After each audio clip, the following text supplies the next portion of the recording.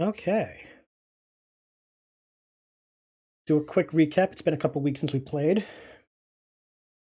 You guys attended a summer solstice. Some of you partook in some fun party games, completely blowing away the competition in many ways. One of you, I won't name names, decided to blow the competition away in less conventional means, including blowing me away with the ingenuity of said plans you had. But after the party in the city, the revelry with the citizens wound down. You all headed up to the Marquis's Manor to, rub elbows with the rich and famous and, wait for a contact you were told you'd meet. While you waited, you guys promptly cleaned house, leaving an entire auction without any of their lots for anyone else. But you all walked away with some very interesting items, some of which were new weapons, some of it was more gear. Safe to say you guys are pretty stacked for new shit. After the auction, you all were heading back to the main party. Dell was pulled aside. And unlike last time Dell was pulled aside without you guys knowing, he didn't go missing, thankfully.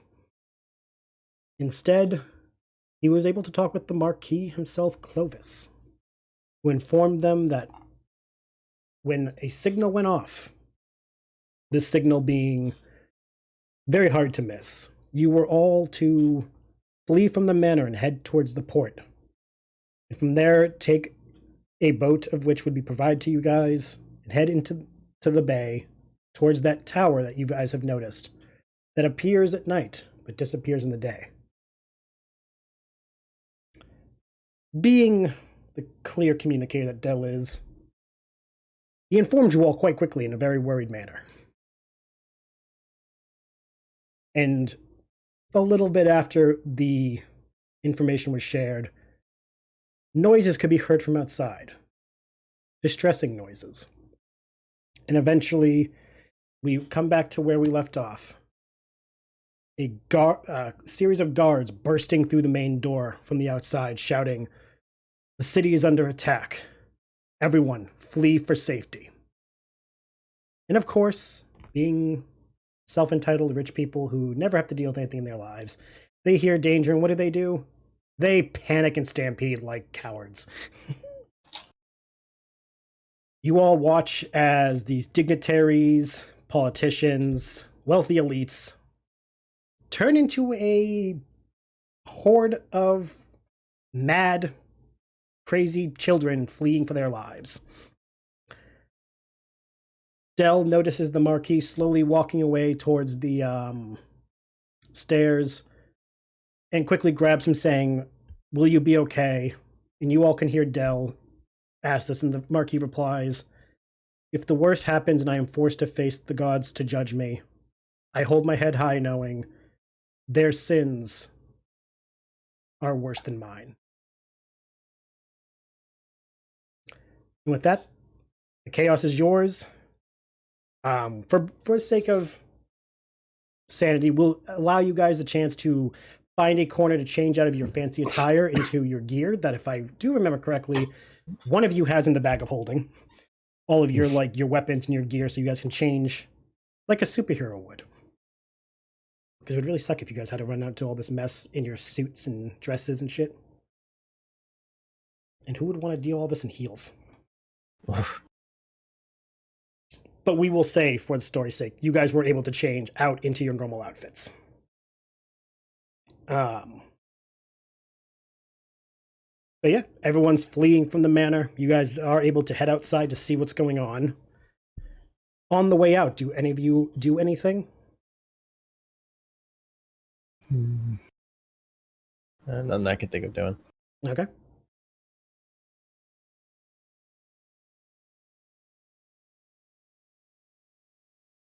Just giving you guys the map of the city. You guys can enjoy. Can Hyacinth ask Dell to message the ship? You can. As you guys are running out, Del, for lack of a better term, puts his fingers to his temples and goes, Rowan? Yeah, Rowan. We're on our way. Tell me you guys are safe. There's a pause. And Del looks at you guys. Rowan says they're already heading out of the port. All Imperials are saying for non-essential people to leave the bay so that they can bring in the warships to protect the city. Oh, well, there goes our ride. I guess we're going to the disappearing tower on foot. For clarity, there will be a rowboat in the dock ready for you guys to go into the tower. That's fine. Yeah. But yeah, you guys are coming outside and you guys hear screaming, you hear burning of buildings. It is bedlam and mayhem, chaos and carnage. But also, you notice that, sadly, almost immediately, the flapping of wings can be heard, and directly in front of you, at the intersection, a griffin and 2 harpies land. Well, actually, more than 2 harpies, but the point is, they land, and they immediately see you all. You were told to not stay and fight, for you had a schedule to keep. But all around, you can see the chaos around you. Do you take the answer and just run, or do you actually fight your way through the streets?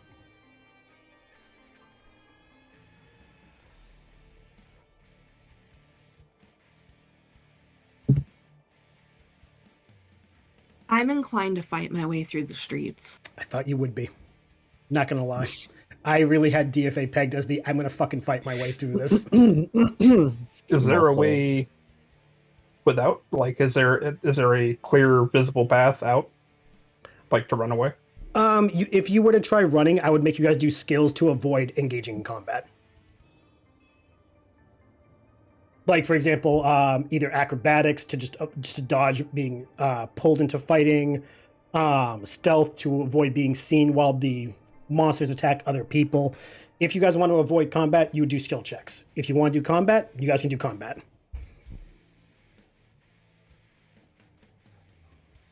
We can always just take it as it comes. Like, if we think we can't take something, we can... Yeah, disengagement can occur if you guys feel that the fight is untenable. That's a good word for me. Didn't really think I was going to say that.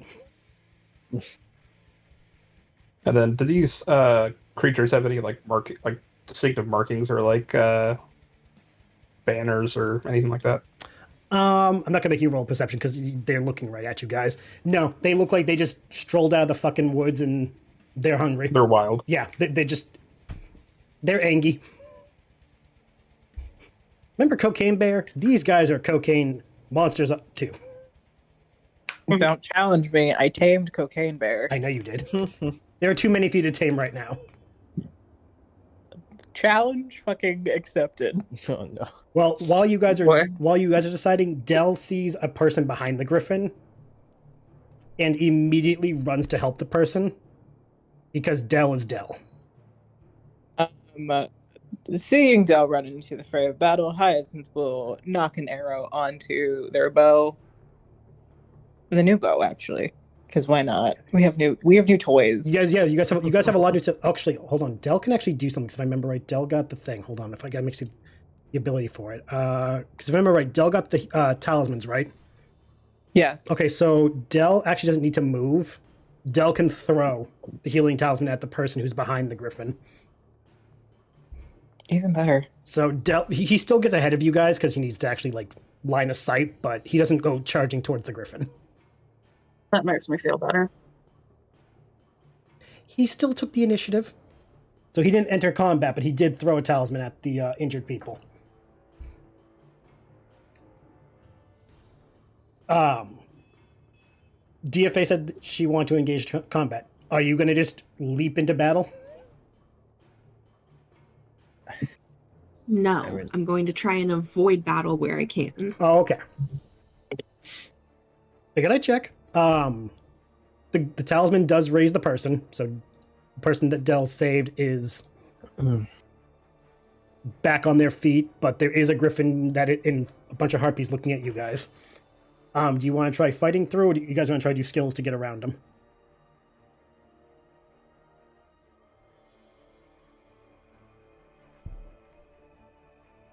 I don't know. My heart says fight, but my brain's like, should we run? There's enough of I you mean- where some of you can run and some can fight. Like, There's like a moral quandary here because like Mm-hmm. it's the Empire, so who cares? But like they're people, so But kind of care. yeah, they're citizens. It doesn't mean they're. Yeah, they didn't ask for it. I will Yeah. also add to this, while you see a lot of people, a lot of people are being attacked by monsters, you do see members of the Children of the Old Sea and the Imperial military fighting the monsters through other parts of the city. This isn't like a, nope, the Empire's washing their hands, fuck this, you guys are on your own. Mm-hmm. It is a, like, they are trying to protect just as much as you guys are.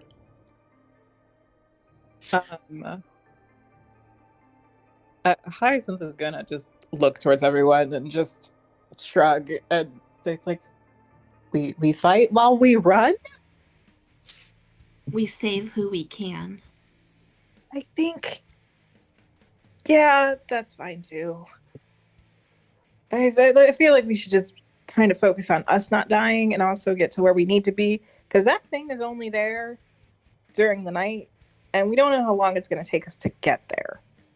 I will let you know because you guys did walk from town. It'll take you about like an hour to get from where you are to the docks. If you know. It's like midnight right now. No, Isn't it? It's. You guys got there when sun set, so it's by now, we'll say like 10. Mm-hmm. It's not midnight yet. So, but we have to get there. We have to get through the city, get to the tower, and then we also have to be in enough shape to go face off with Geayl, like, immediately Oh, after. you said his name right. I know. You broke the trend. Yes. Listen, this world is in chaos right now. Hyacinth is like one track mind. We have a thing we need to go fucking do. So like I feel like, yeah, we could try to save people, but also we were kind of told not to. Because we have something to go and do. And I feel like if we fight Jeffrey, we might save more people. That's fair. We do need to take care of Gustavo. He kind of might have information about mine and Corey's brothers, and like, I don't want to sound bad, I guess, but I care more about my brother than I do anyone in this city besides you guys, and maybe the tailor. Yeah, I'm gonna have to back Hyacinth. I mean, if we see somebody who's obviously gonna die if we don't intervene, then Like, we can we'll see point what we them can do. towards- like, we can look out for what areas are safer and try to like help people while we go. But I don't feel like we should be caught in like a huge blowout battle that we might also damage ourselves in and use up very valuable resources that we might need facing off against George again, because he got away last time and it kind of pissed me off a lot. And I would like to kill him very soon. Egamedes quays and Daffodil. After you say all that. Hyacinth's gonna scratch underneath Daffodil's chin. So, as a reminder, if you guys want to avoid this fight, you can do skills to try avoiding it. Because right now in front of us is a harpy and A bunch of, 4 harpies and a griffin. so there's 4 harpies and a griffin, and there's 6 of us technically. Technically 8 if you include the animals. Yes. And no, you Like, cannot. You cannot put them in the orb. I'm putting that to bed right now. Hyacinth is also going to pointedly look at DFA and say, if you want to fight to save people, you have to actually like fight and help us, because we took down the Chimera and the other dude. Like, it still took time, but we still did it. But those were only 2 creatures. There's a lot more in this city. So if you want to fight, you actually have to like fight. And Hyacinth is going to pull out an egg from the satchel. Oh, geez. And chuck it. Where are you chucking it? At the animals or you guys? What is the grouping like with the, are there any civilians around the harpy and the griffin? The harpies are coming from the external parts. The person's behind the griffin. Okay, Hyacinth is going to chuck it towards the harpies. Okay. I first need you to roll me a d20 and... No, I need to roll a d20 and you need to say high or low. Low. Well, that's going to determine, is it an Arcana egg or is it a... Ooh, okay. Now you need to roll a d100. Oh, God. To determine what the effect is. Oh, God. Everyone pray this is the gift that keeps on boy. giving from Brit. 85. 85? 85. 85. Wow, you got a good one. And after Hyacinth chucks it, they're going to say, let's run that way. And trying to circumvent. So, all of you just see Hyacinth say that to DFA and immediately follow up with reaching into the satchel, pulling out an egg, and throwing it. Immediately, it lands in the middle because the harpies are spread out a bit. And a immensely bright light bursts out of the egg. All 5 creatures are blinded for 5 minutes. Convenient. You see Hyacinth, like, grabbing Daffodil's lead on their armor and trying to, like, basically figure out the quickest way to circumvent the 5 harpies, because that's a lot. But it's basically, like, preparing to possibly fight the griffin. No, all 5 of them, like, including the griffin, were blinded. All 5. That's Okay, cool. because, again, the harpies were on the 2 sides. So by throwing it in the middle to get both, you affected the griffin too. Even better. So all 5 creatures are blinded for 5 minutes. You guys can just run through, no skills required. Okay, time to go. So you're like, well, we're here, and they look busy. We can grab people and get them out of the vicinity, and we can save people, but we can also fucking run. So we should run. Follow up, the person who Okay. Del saved is able to run away from the griffin now that you did that. So you guys did save 1 person so far. And since you guys are heading straight for the docks and everything, we're going to scuttle down here. Scuttle. Yep, all the scuttling. The faint sounds of Zoidberg whooping can be heard in the distance. You guys come to another intersection and you see a bunch of enemies. Some people trapped under a cart and some being surrounded by monsters. These monsters include the... Don't ignore the minis. They don't have Final Fantasy monsters, so I had to do with what I had. You guys have 2 Sahagins, 2 Bunyips, and an Evil Eye.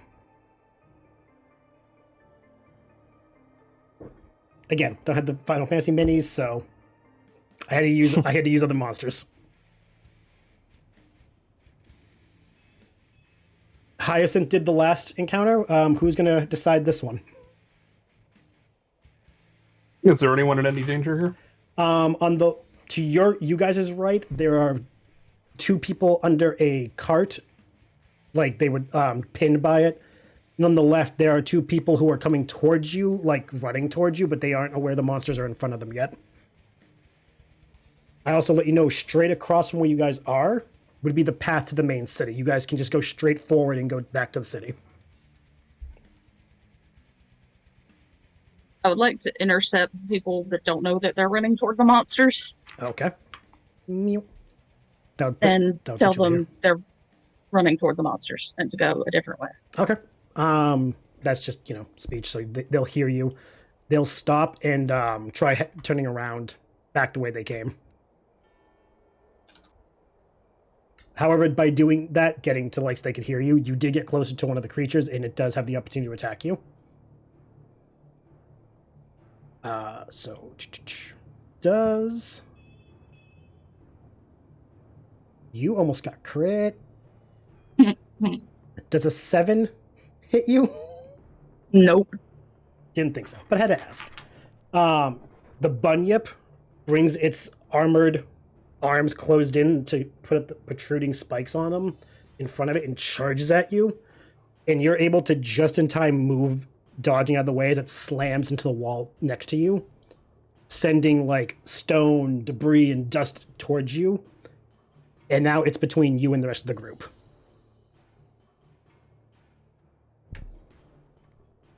How big is this thing? The mini is bigger, but a bunyip is about, I want to say maybe half your height. So like 3'4". Yeah, give or take. I'll get a picture of a bunyip while you figure out what you're doing. Okay. Just so that way you can plan yourself accordingly.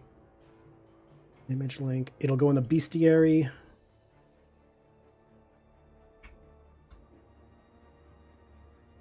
They're little armored dudes.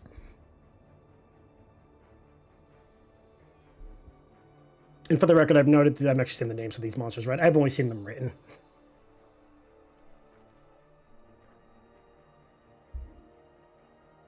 This might take me a second, so if you want to see what everybody else is So doing. yeah, everyone else can jump in because again, there's an evil eye, 2 bunyips, and 2 sahagins.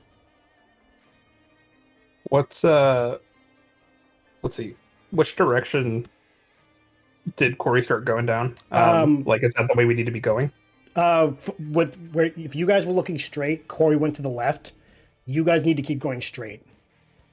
And she's only cut off by like a few feet. It's just the monsters between you guys and her now. That's all.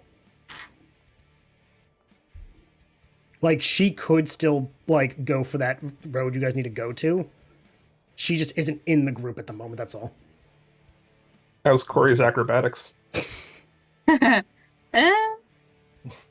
Not not good. not as bad as you would think for a 6'8" woman, but I could probably hurdle it. I was gonna say I could throw down some caltrops if you think you can jump over them. I can. I'm considering doing an overrun maneuver. I might have better stats for that.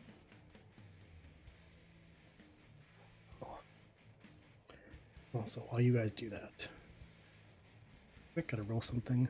Check my. Nope, not that one.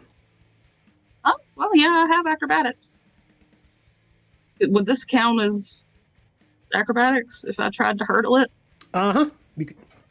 What you'd be doing is, instead of engaging in combat, you just try to get over it.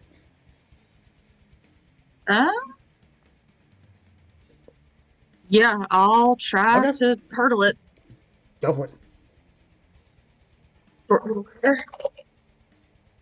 And was Mogzio going to throw the caltrops to assist you, more or less, or were you going to do that after the hurdle? Just so I know what you're doing, because you mentioned the caltrops, that's all it was like. Well, And make sure they're only in its square. yeah, I was gonna say like if we're gonna try to run past these ones, then I'll drop some caltrops behind us. Okay. So, what was your acrobatics? 22. Oh yeah, you definitely jump over this thing. Like, we'll say even for flavor, you're able to use, because it's got like that hard armored shell for a body, you're able to use it as like a springboard, flip over and land back with the group without a problem. Yeah. And because it had missed you and slammed into the wall, it just had pulled its arms free of the stone wall as you land and get back to the others. That does, though, say, for you guys to keep going forward, you are going to have to, like, push through somehow the Sahagins and the Evil Eye in front of you. That sounds terrible. Again, you guys do have skills to, like, you know. Hell, I think one of you has. Does DFA have the AoE thing? The lightning jump? Yeah, but it's my limit break. Oh, right. That's your limit break. Sorry, I thought it was one of like your basic, a bit like your feats.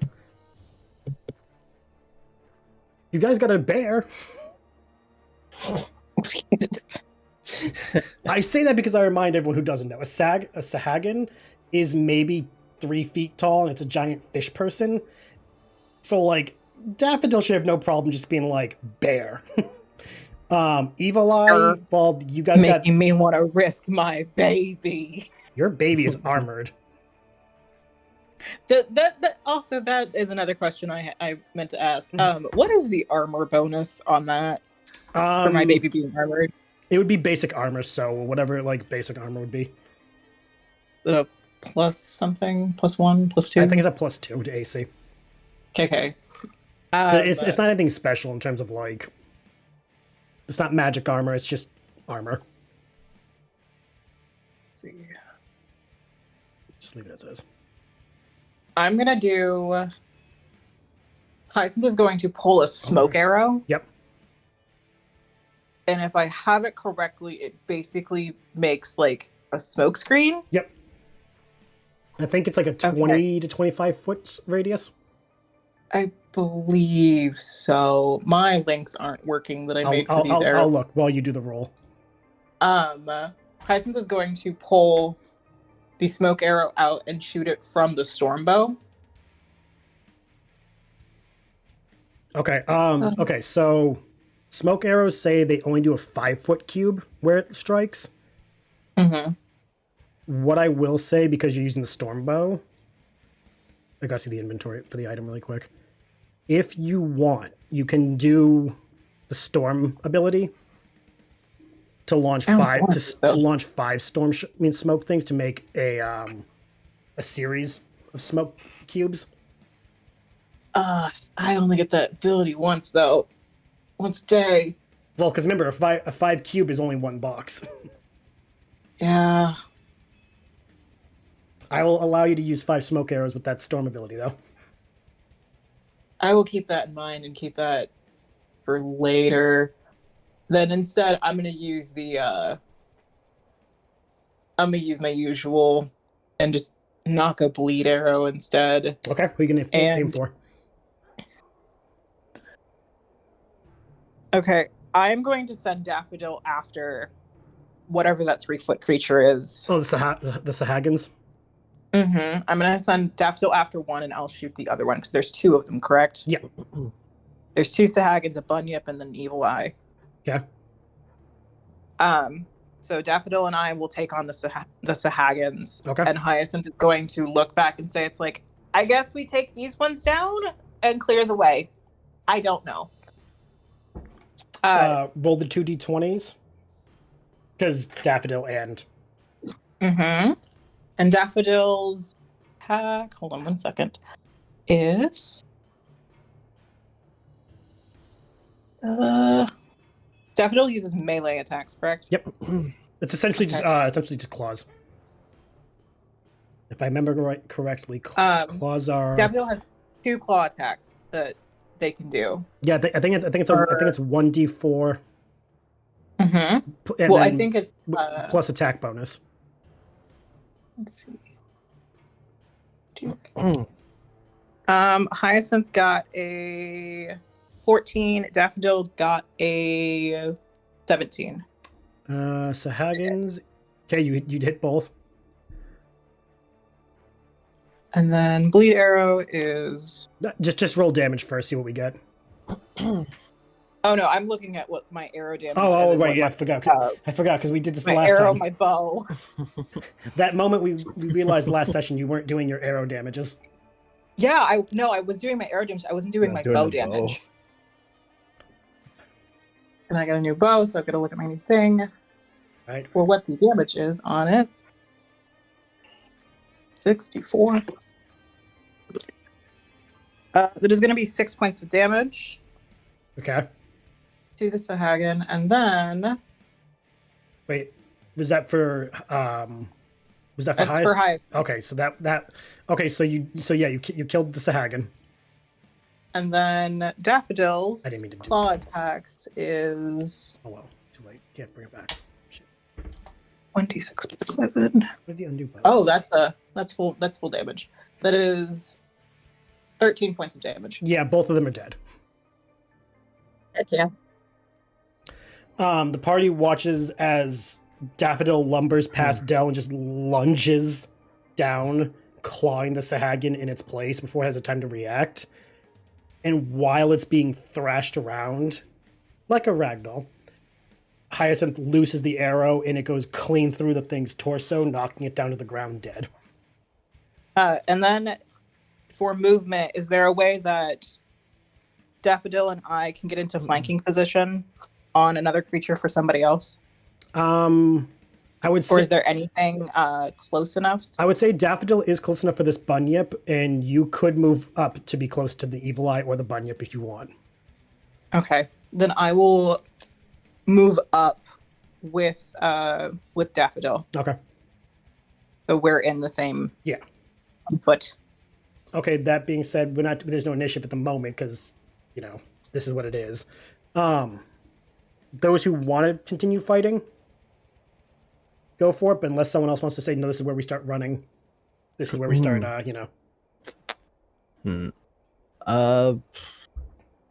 How far apart are the two enemies? From Hyacinth and Daffodil. No, from each other. No, I'm telling you, but I'm using them as like a center point of reference. One of the Bunyips is only 10 feet away. The other Bunyip is close. That's close to Corey.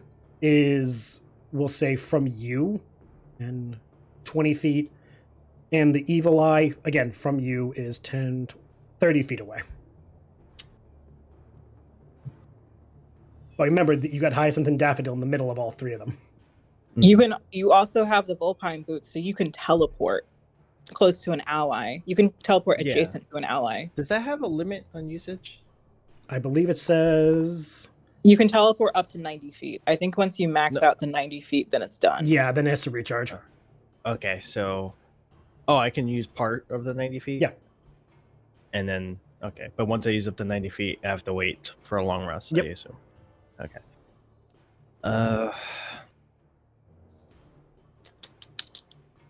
Let's see.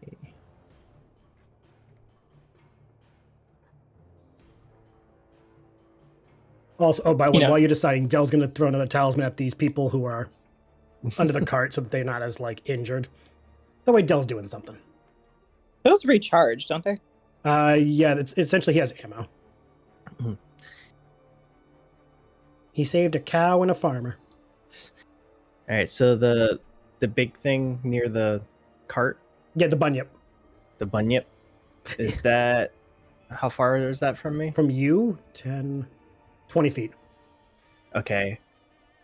And how far is it from the other enemy exactly? Is it 15 feet or more? Which enemy? Do you want the other Bunyip or do you want from the Evil Eye? Oh, the Evil Eye, the closer one. Oh, the Evil Eye? One in front of Hyatt, yeah. It's 15 feet away from the Evil Eye. Okay. Can I get next to the big one by the cart in a diagonal? Basically, I want the Bunyip in between me and the Evil Eye, in a straight line. If you're using the boost to teleport, you can only go near Daffodil, like one of your allies. If you're doing regular movement, you can use movement. Yeah, I'm gonna use movement. Okay, then you can go right there between them both. No, the other side. Oh, over here. Yeah, I want the Bunyip in between me and the thing. I want a straight line between me and the Evil Eye and the Bunyip in that line. You see what I'm saying? Again, that would put you over here, if I'm understanding you. No, I'm in between the two. Yeah, but to have a straight line, it'd be in front of them then. There's another Bunyip on the map. Yeah, there's 3 Bunyips. That's why I'm telling you. I mean, there's 2 Bunyips. The one by the cart, the Bunyip by the cart. I want to be next to that. Yep. On the other side of it. Okay, other side. Because it's 15 feet away from the Evil Eye, which is the thing in front of the Bear and Hyacinth, right? Yep. Okay, so I want to be on the other end of it, the other corner of it. Over here? Top left. Okay. Yeah, straight line, 15 feet, right? From you? Well, it depends on how far the skill goes. It says 15 feet. Okay, but I'm letting you know from you, it is more it's than not close 15 enough. feet to the evil eye. Okay. That is Then what I'm fuck trying to it. tell you. Then fuck it, I'll go between them. That's why I was like, if you're trying to do what I think you're trying to do, you can't go on this side. Okay, well, I didn't know. Because again, each block is like 5 feet, so the evil eye would have been 20 feet from you. Okay, so they need to be 10 feet. Yes. Got it. Remember, you are in a 5x5 box. Mm-hmm. It's okay. You're in the middle of the two of them now, and you have like 10 feet between each. The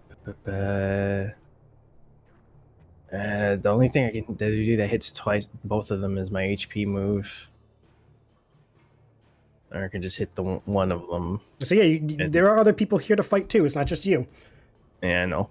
So And if you are going to continue running, you don't have to fight everybody. Yeah, I know. So, but if you get on the other side of that bunyip, technically Daffodil and I are flanking. So like where it was, basically. I mean, they're flanking right now. Yeah, we're flanking right now. So like whatever you do is going to deal the additional to it. Then I think I'm just gonna do a standard basic attack. So which one? Just straight up sword strike. No. Which target? Oh, the whatever I have advantage on.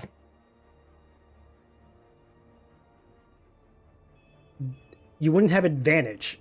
Or the bunyip, I guess. Thank you. Like, I need to know which AC I'm looking man. up. I'm really sorry. I've been sleeping like shit. No, so I'm just like, what AC am I grabbing? It's not here. Okay, go ahead. Bunyip. Thank you. I'll attack the bunyip. Okay. I keep forgetting their names too. Yep. Okay. I remember calling them bunyipes. Well, that's a base 18 without any other things added to it yet. Yeah, that does it. Roll damage. Okay. Damage. Okay. First of all, what's the minimum you can do? The minimum? Yeah. The minimum I could do is 2, 4, 6, 8. Then yeah, that's your minimum. Then yeah, you're fine. Sorry, you 9. 9.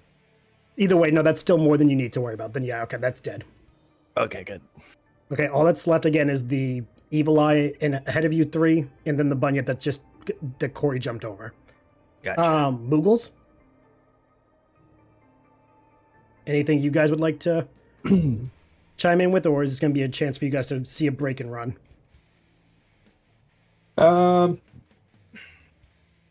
I will get as far as I can alongside the evil eye, since that's the way we're trying to go. Okay.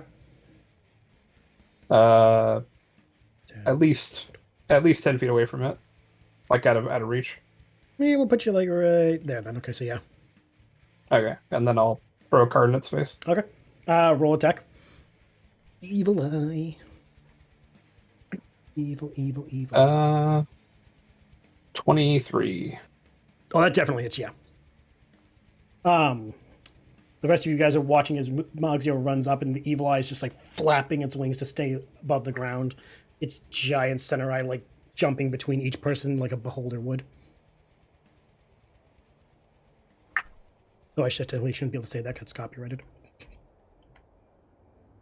18 damage. Oh yeah, that the evil eye is just gonna be. You can describe how the cards rendered the evil eye dead. I'll let you describe it just because Flair. I probably get it right in the eye, and I kind of almost feel bad about it.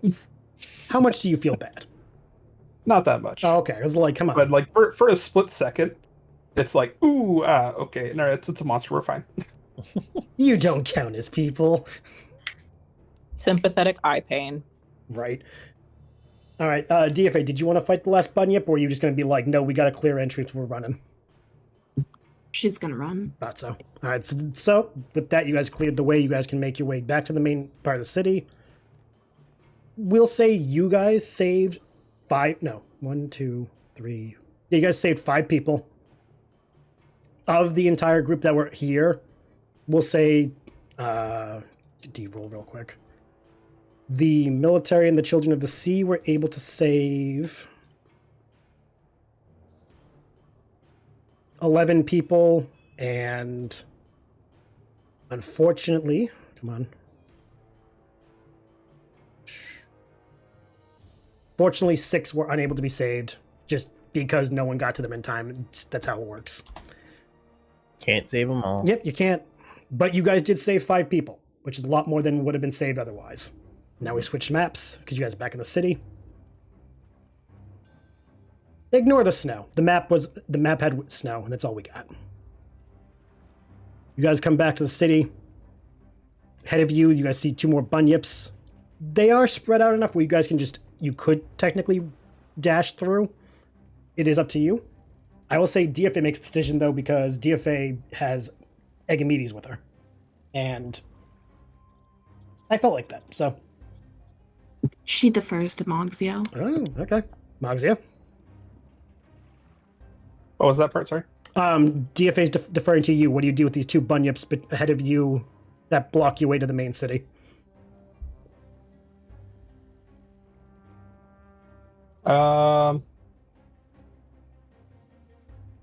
Shoot, the other ones went down pretty easily, huh? So I'll just. I mean, I guess personally, I'd wait for the frontliners to go ahead. How far away are they from us? Because you guys just, got here, we'll say 5, 10, 15, 20. Say about 30. 30? Yeah, 30 to 35 feet away. Like, from the majority of you. Hyacinth is going to look at Moxio and knock an arrow. It's like, I feel like between the 2 of us, we could probably take them down. And then clear the way, and we can just keep running. I've got to be closer. You have to be closer? Yeah, my range is only 10 feet. I thought Or your 20 range was feet? long. I thought your range was like 20. You do have those new shurikens. You Actually, do have yeah, shurikens. Yeah, the deck of throwing is actually 30 feet long. I guess. Yeah, I thought our distance was comparable for range. No, not at all. I mean, my bow does 60, but I can shoot it at 30.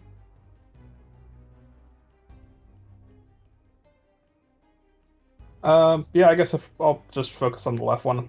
Okay. Moggs has got the left. Hyacinth has the right. Unless anybody else wants to do something. I have no ranged.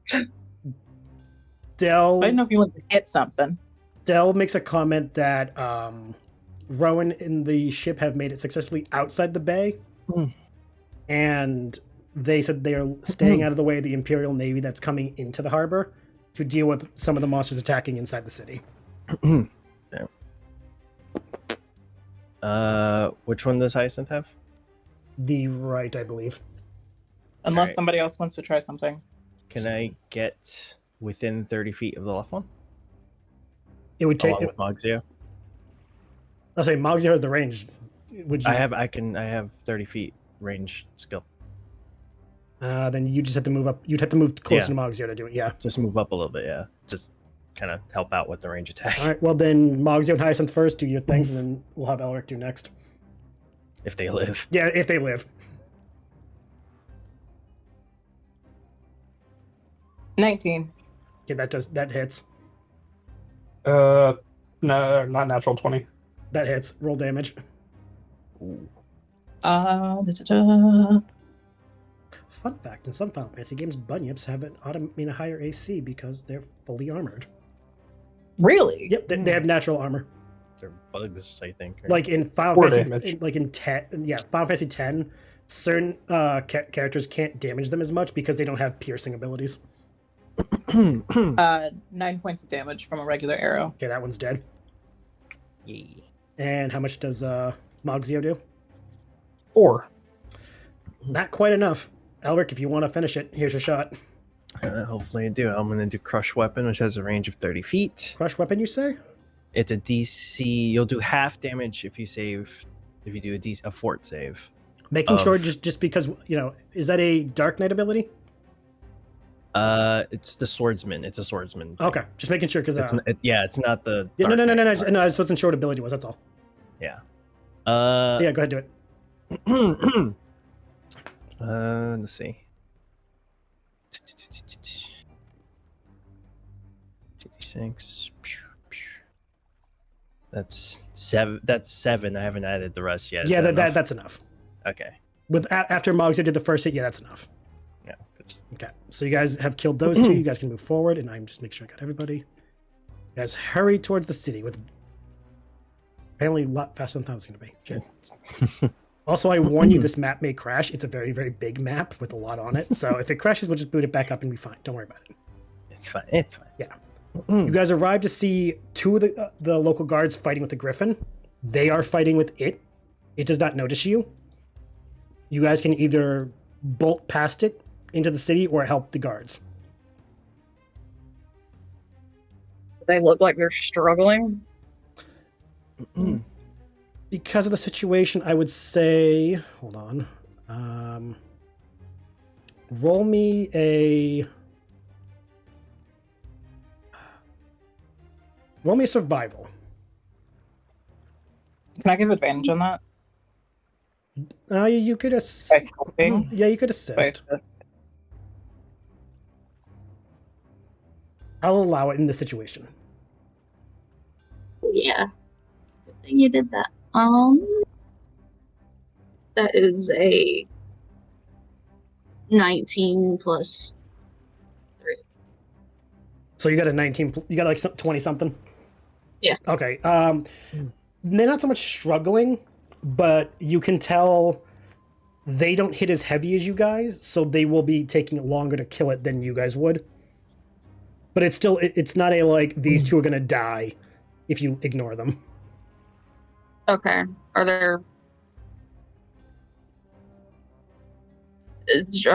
regular people around or nearby? No, this is like the gate that divides the main city from like the path to the manor.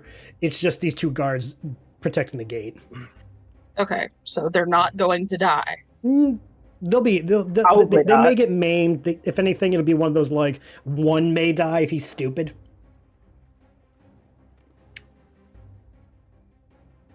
Don't be stupid. Great.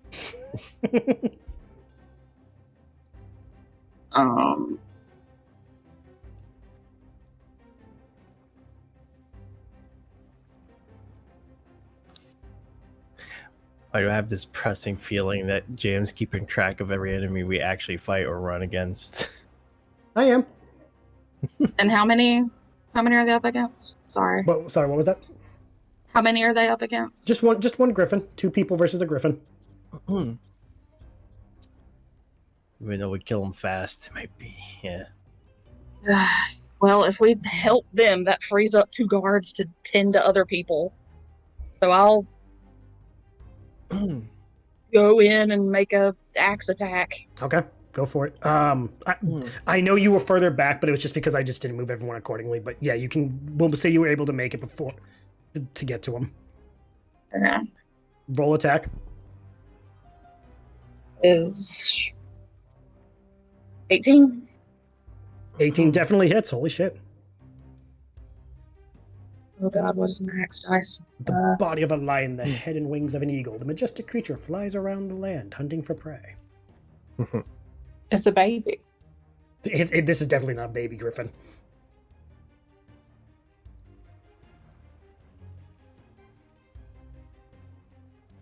Oh, cool. Also, you using your acts of kindness?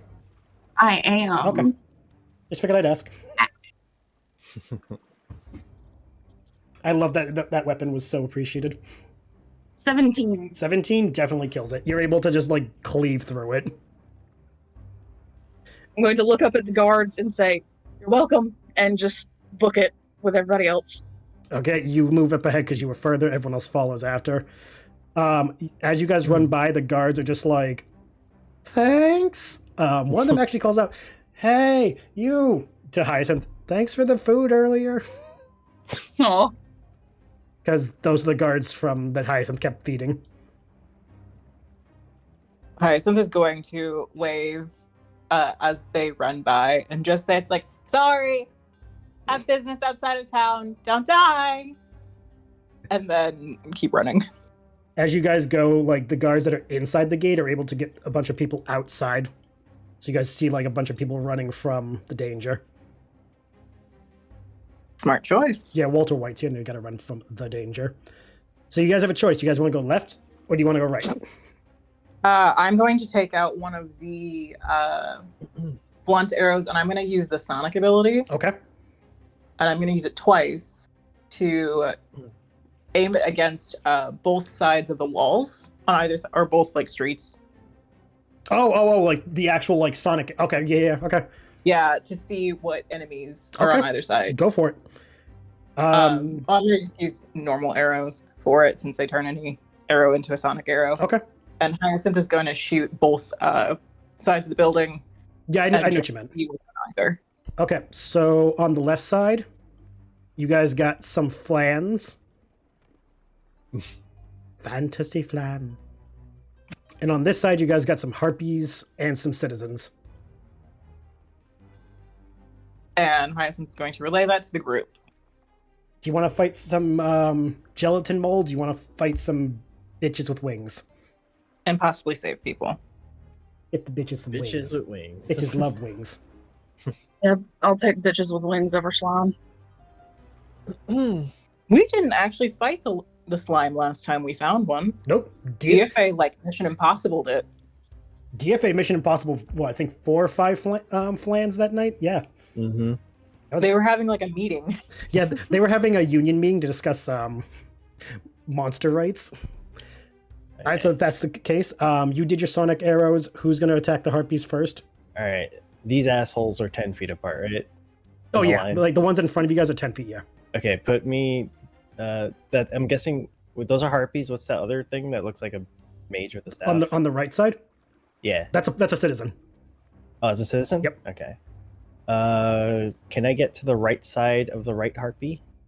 So, like, close to the citizen? Closer to the citizen. Yes. That would engage an attack of opportunity from both harpies. From both harpies. Because you'd have to be cutting through both of them to get to them.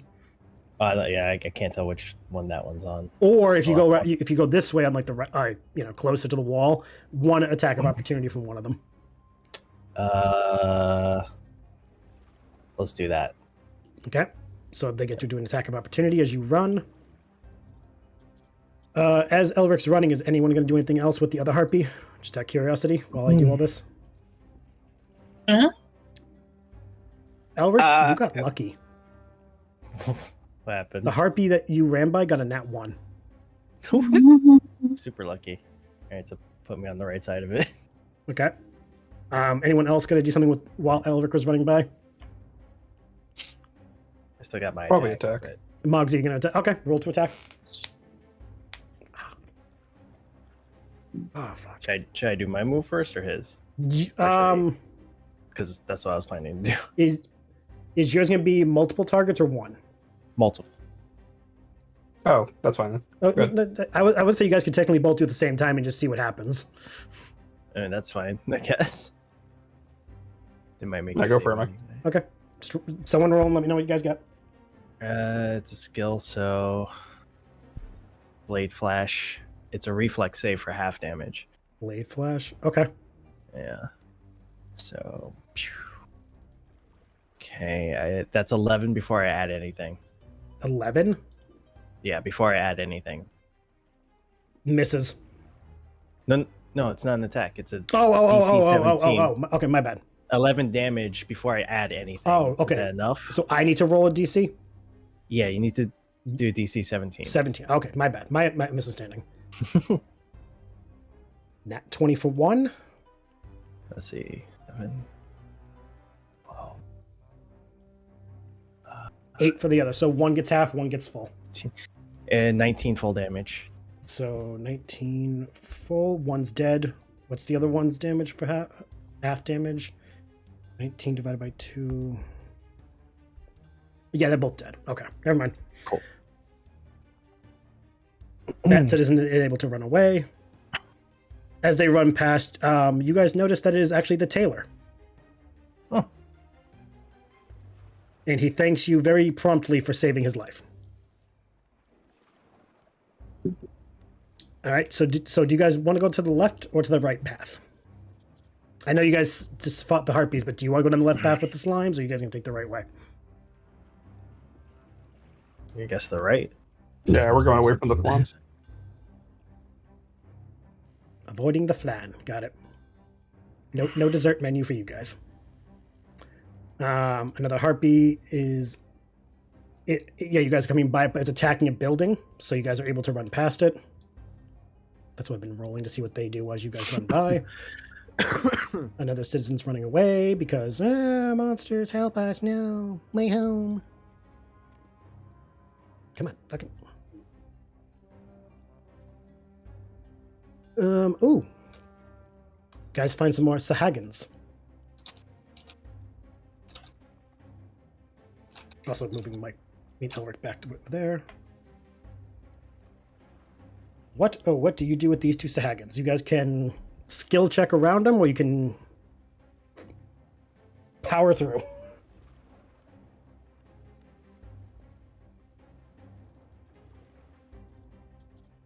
Are they threatening people? They more so just noticed you guys coming around the corner, and they are now focusing on you. There's a person further up the street, but they're not focusing on that person.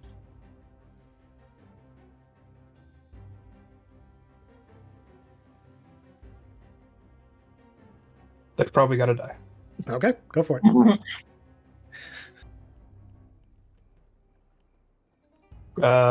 18 to hit. I guess the left one. Okay, that definitely hits.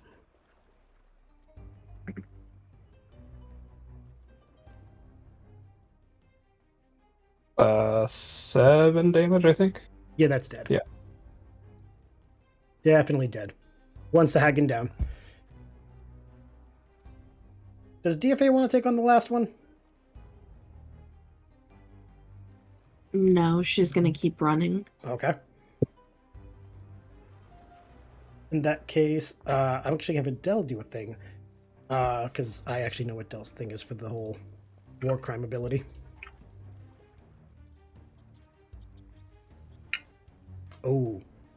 As you guys go start running, because there's only one more, you see the ground opening up, and the tentacles that Dell has used in the past grab the Sahagin and just pull it underground, removing it from your view. And you just hear Dell go, "Yeah, I could still do that. Okay, that's good to know." I love Dell so much.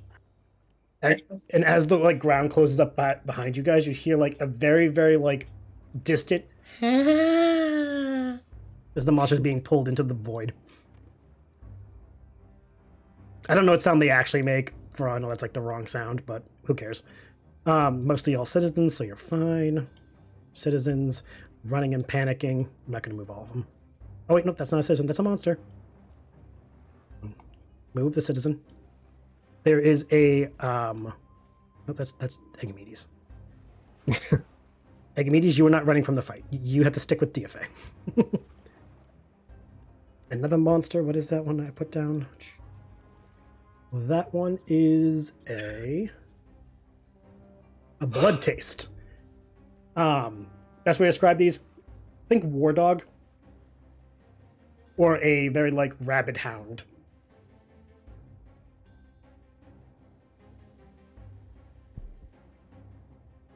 And there is only one of it, and it is focusing on the citizen up front of you. So you guys can either run past it, leave the person behind, or save the citizen. I'm so nice giving you choices. I would like to attempt to use.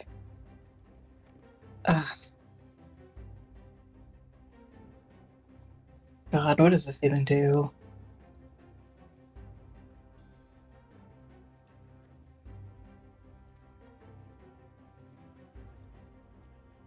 Okay, I'm gonna. How far away is it from us?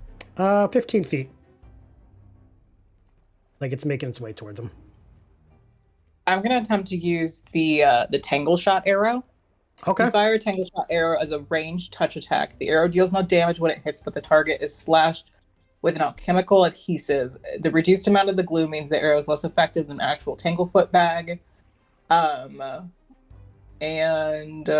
my range is decreased on it. So usually an arrow would have 60 feet. It only has 30 feet. And It's a glue arrow. Okay.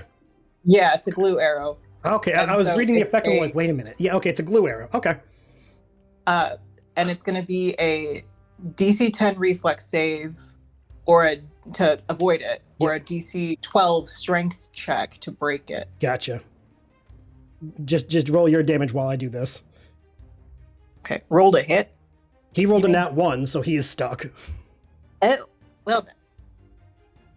Well, it doesn't do any damage, and I rolled a 19 to hit him. Oh yeah, it definitely On hits. the die. And it's all plus all that shit.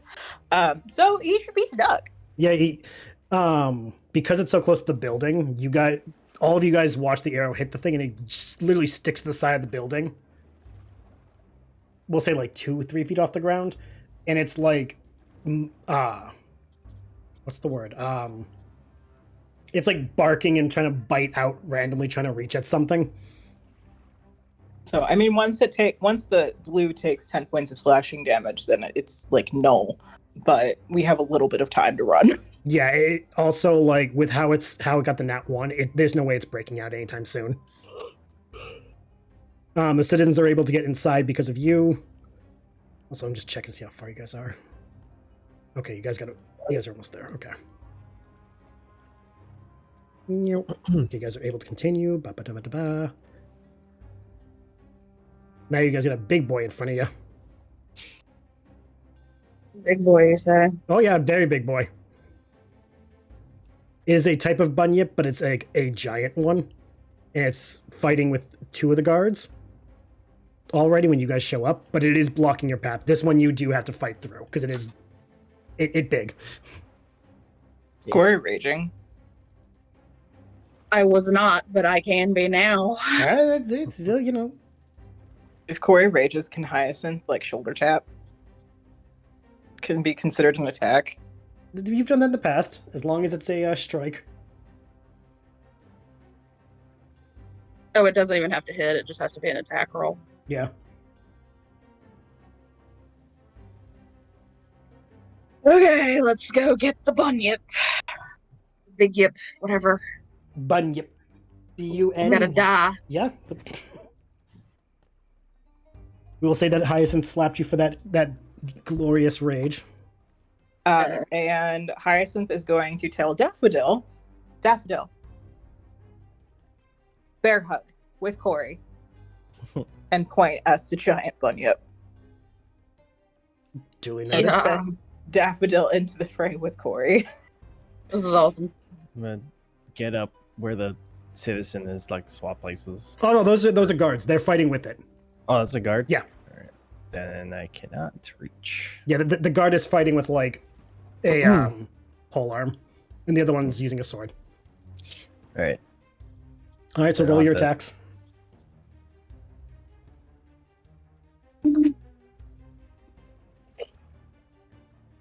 Part of me really expect you guys to be like, no, fuck the town, we're just running. That is a...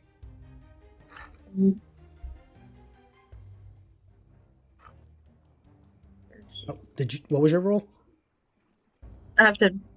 Oh, okay, Add you're math still to it real quick. mathing. Oh, okay. What is Daffodil's roll? 22. Daffodil does hit. 17. 17 hits. And then Daffodil is going to do a...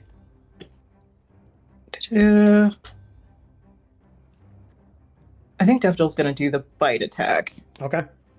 We haven't done that yet. Nope. So, what is 1d8 plus 7. And I'm I'll looking say- for my d8. okay? What's Corey's damage? 17. Okay. Again. 15. There's a part of me that actually was hoping this would be a like easy thing, but also I didn't expect it to be that easy. I was like, oh, it's big. They'll be intimidated. They won't be like double teaming. No, you guys just okay. It's fine. It's fine. It's whatever. I should have known better. This party likes to murk everything I throw at them. I should know better by now. Corey is rarely intimidated by size. Yeah. So you guys aren't scared of shit. Those guards are able to head back to go fight some more monsters. This one falls right then because the guards are double teaming it. Not how I meant it. Shut up. Listen, how they make their money on the side is their business. Shut up. Okay, is there another intersection coming up? I think there is. Come on, just run through the city. No, this one. I'm gonna say Dell's able to kill because it's, focusing on other things. Because I think. Am I right? Yeah, you guys are right there. So, because you guys are so close, you guys are gonna do skill things now to get you the rest of the way without having to do combat. Go down your list of skills, pick one that you think would be good for the last sprint to the boats, and I will have each of you do your roll. It's a group pass or fail thing.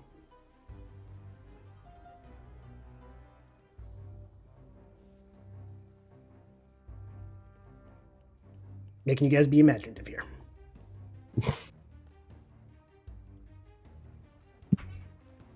We'll say, though, Dell's going to use their,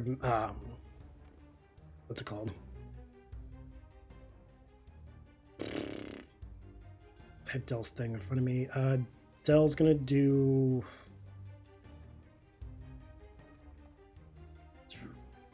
Okay, yeah, no, I can do that.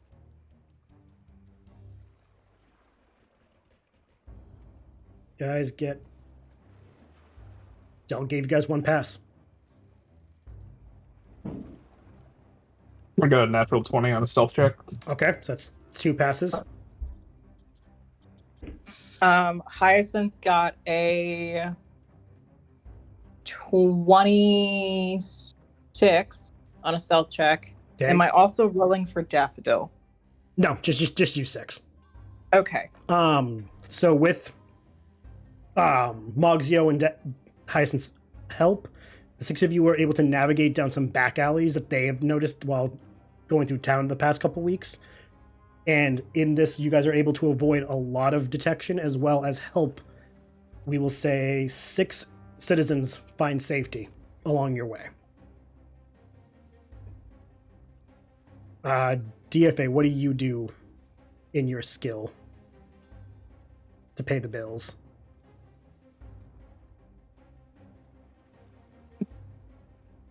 Acrobatics. Okay. 24. Ooh. You guys come to what looks like a dead end, but DFA is able to teach you all how to jump real good, for lack of better memeage. And you guys are able to get onto a roof and go over an entire building, circumventing a bunch of monsters that are searching for anything to attack. Elric, what is your skill of choice going to be? Don't really have good skills for this. You'll be surprised. It could be anything. If you have survival, you could probably use survival. If you have perception, you could probably even use that. You could do navigate, escape artist. Got your knowledge skills. Just use those farmhand skills. Handle animal. This is where we find out Elric is really Aquaman and he calls forth all the sea creatures to eat the monsters. Can I use intimidate in any way? You could roll an intimidate to kind of back up and No, you can totally use intimidate. And Yeah. attacking. You have stolen my idea. And Corey's like, well, fuck, there goes my whole fucking. Oh, just kind of run through. Yeah, no, you can totally use my head off and have them pause to attack. And yeah, no, you can use it to scare off monsters that are on their own versus grouped up. Perfect. That's the only thing I'm good at. Just know that Corey will remember this when you need help. It's the only thing I'm good at. I rolled a 16 plus 13, 29. That definitely passes. Well, Corey, what are you going to do, apparently? I have to re-roll now. Give me a second. Again, Corey will remember that, Elric. The only thing I'm good at. Better at it. What's your skill plus on it? A lot. Let's say, yeah, I feel like Corey has you beat by at least a couple. Oh, I'm curious. What is it? You said yours was plus 13? Yeah. Oh yeah, you're where's my character sheet? Okay, there it is. have it pulled up in a window and it's Should annoying. be like plus 20. It's plus If 15. only. Nice. Jesus. I'm scary, and I get bonuses to being scary because I'm a Roegadyn. We'll do survival. Okay, no, that works. You can do that. Good one. Or can I do dungeoneering, actually? I mean, these are dungeon monsters, aren't they? For this instance, you can consider this a dungeoneering experience. Yes. Okay. Normally, it wouldn't be because it's a city, but in this scenario, yes, I will consider this a dungeoneering ability. 25. You're definitely able to pass. Yeah, you guys, all 6 of you got a good pass. You're able to make your way up to the docks. You know what? I'm not even going to bother because some of you will fall in the water. I don't want to deal with that. While you're running, Corey's dungeoneering is able to quickly pull 3 of you back from the edges of the wharf as to Sahagin try to jump out and grab you. But since they miss, they fall back under the depths and are attacked by guards nearby. And you are quickly able to spot the rowboat in question and safely make it onto the rowboat that will take you across the bay to the tower of which you are going to. I am fairly certain a dire bear is not going to fit in this rowboat. It's a big But rowboat. Daffodil has a swim speed and has a plus 19 to swim. I'm gonna roll a thing to see if the boat's big enough. How's that? Okay, that works. And when I say rowboat, I don't mean like a dinghy. I mean like those big ones you have for like when ships go ashore. Okay. Yeah, Daffodil fits. It's just the poor guy doing it is like, I don't mean to be rude, but can that bear lose like 10 pounds? Hyacinth is going to pull out a dagger and just look directly at this man. And I would like to intimidate him. Letting you know as you go to intimidate. You can roll to intimidate. You realize after you pull the dagger, it's Anthony. I'm still gonna do it. Go for it. My baby. It is good. Hyacinth holding this dagger is just gonna look at Anthony and say, Daffodil is perfectly sized for a bear their age. Apologize. What did you roll? 17.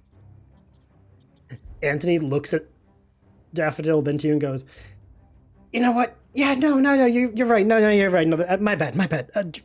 Daffodil's perfect sized. I'm just out of shape. That's it. I just need to do more squats. That's totally the problem. That's not Daffodil. My mistake. And you notice Daffodil kind of nuzzle up to you guys and be like, a little You're uncomfortable by the comment. Hyacinth's gonna just squish the bear face and just be like, you are perfect. Mommy loves you. Never change. Totally great. You guys do make it to the tower, and we can say, for the moment, Tailspire can close. For now. Okay. You guys make it to the tower, and I can open up my notes in the tower. Oh, God, tinnitus. Closing a window gave me tinnitus. How'd that work out? You guys haven't really taken much time to appreciate this tower. You haven't really had the chance, given your busy lives here. It's a popular site in the city. It is a strange tower that sits in the center of the quay, or the bay, whatever you want to call it. It functions as both a lighthouse and just looms over the entire district. It's about 450 feet high, which is weird because when you guys were at shore, it doesn't look that tall. And once you guys reach the shore, Anthony's like, I gotta head back. Help people. Person inside, help you out. Thanks for helping us.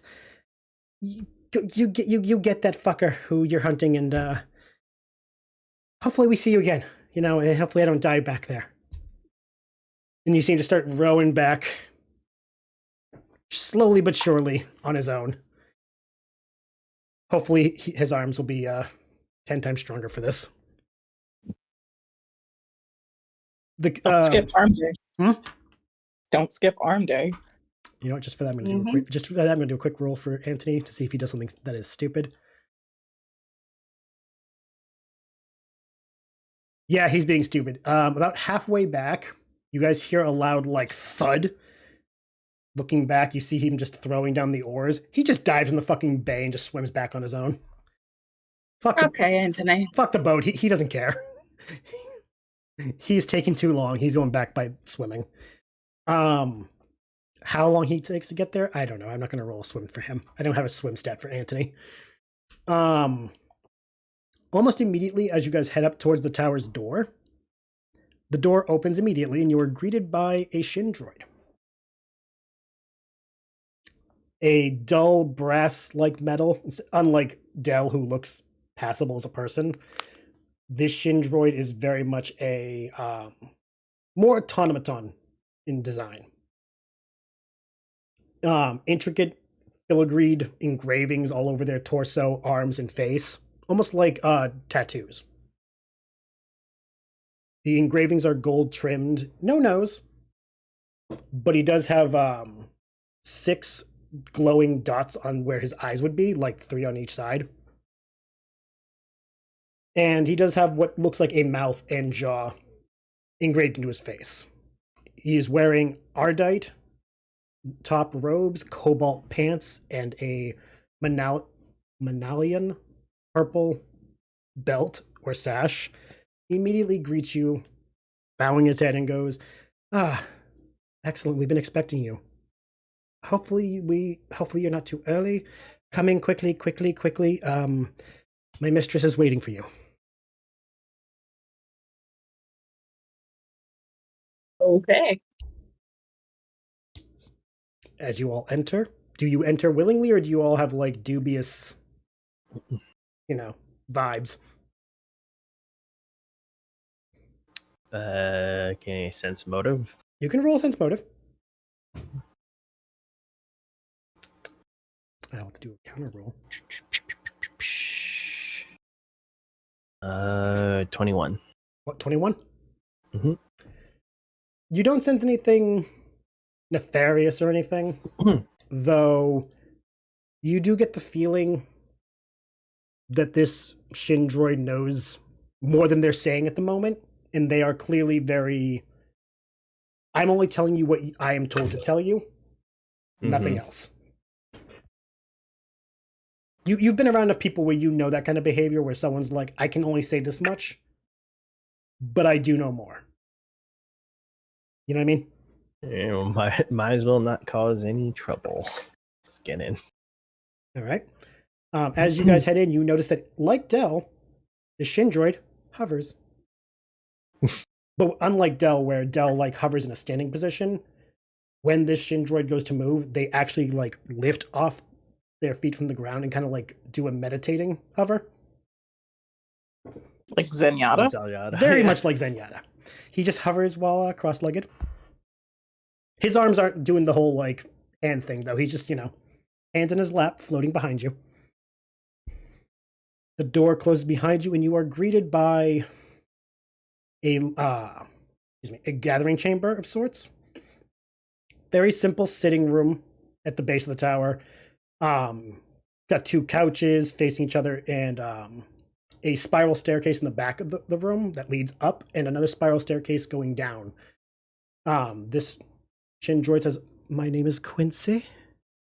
My mistress is upstairs waiting for you. On your way up, you will see 2 Niles. He will take you the rest of the way. I must gather some resources for you on your journey. Please, carry on upstairs. I will be with you shortly." And then he hovers down the downward stairs.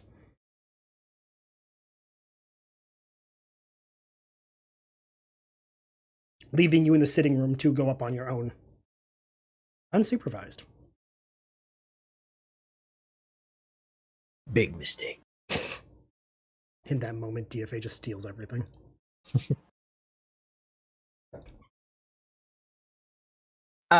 Can Hyacinth make an investigation or a perception, perception check of just this room that we're in? Go for it. Excuse me. Anything in particular you're trying to perceive, or just... I don't know. This is a disappearing tower. It's just a little strange. I got a 19. The room seems pretty normal. You notice that the upholstered, velvety, deep red, brown, maroon colored couches, they look I don't want to say in flux, but like from one angle they look brand new, from another angle they look like they've been worn and sat in a lot, almost like they're shifting in their age. It's a little strange, but okay. You also notice the rugs are very ornate, but again, like the couches, they seem to shift in how vibrant versus dull the threading and coloring is. Again, as almost like everything in this room that's inanimate is shifting from brand new to very like old and worn.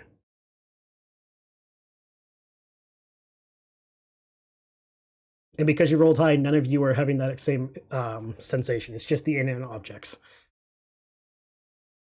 The party isn't suddenly looking very old and decrepit. That'd be a weird visual. Daffodil suddenly has gray hairs. More like just Mogzio suddenly is like hunched over, like me. But yeah, you guys are left to your devices to head up the stairs as Quincy instructed to meet up with this supposed mysterious Niles.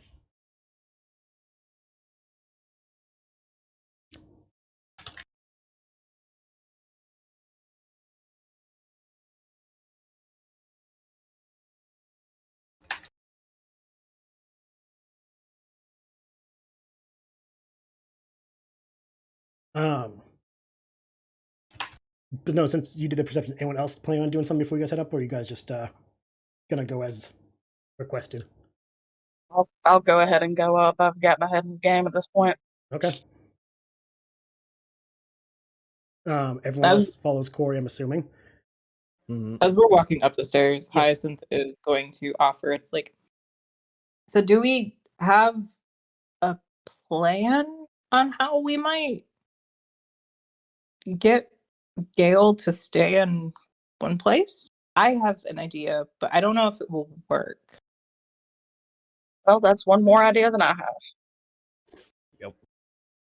And Other than break all of his bones. Hyacinth is going to pull out a berserk arrow. And kind of like, and the way that Hyacinth carries these berserk arrows whenever they're not in battle is that they are covered with a cloth on the actual tip of the arrowhead, like wrapped around it. Safety first.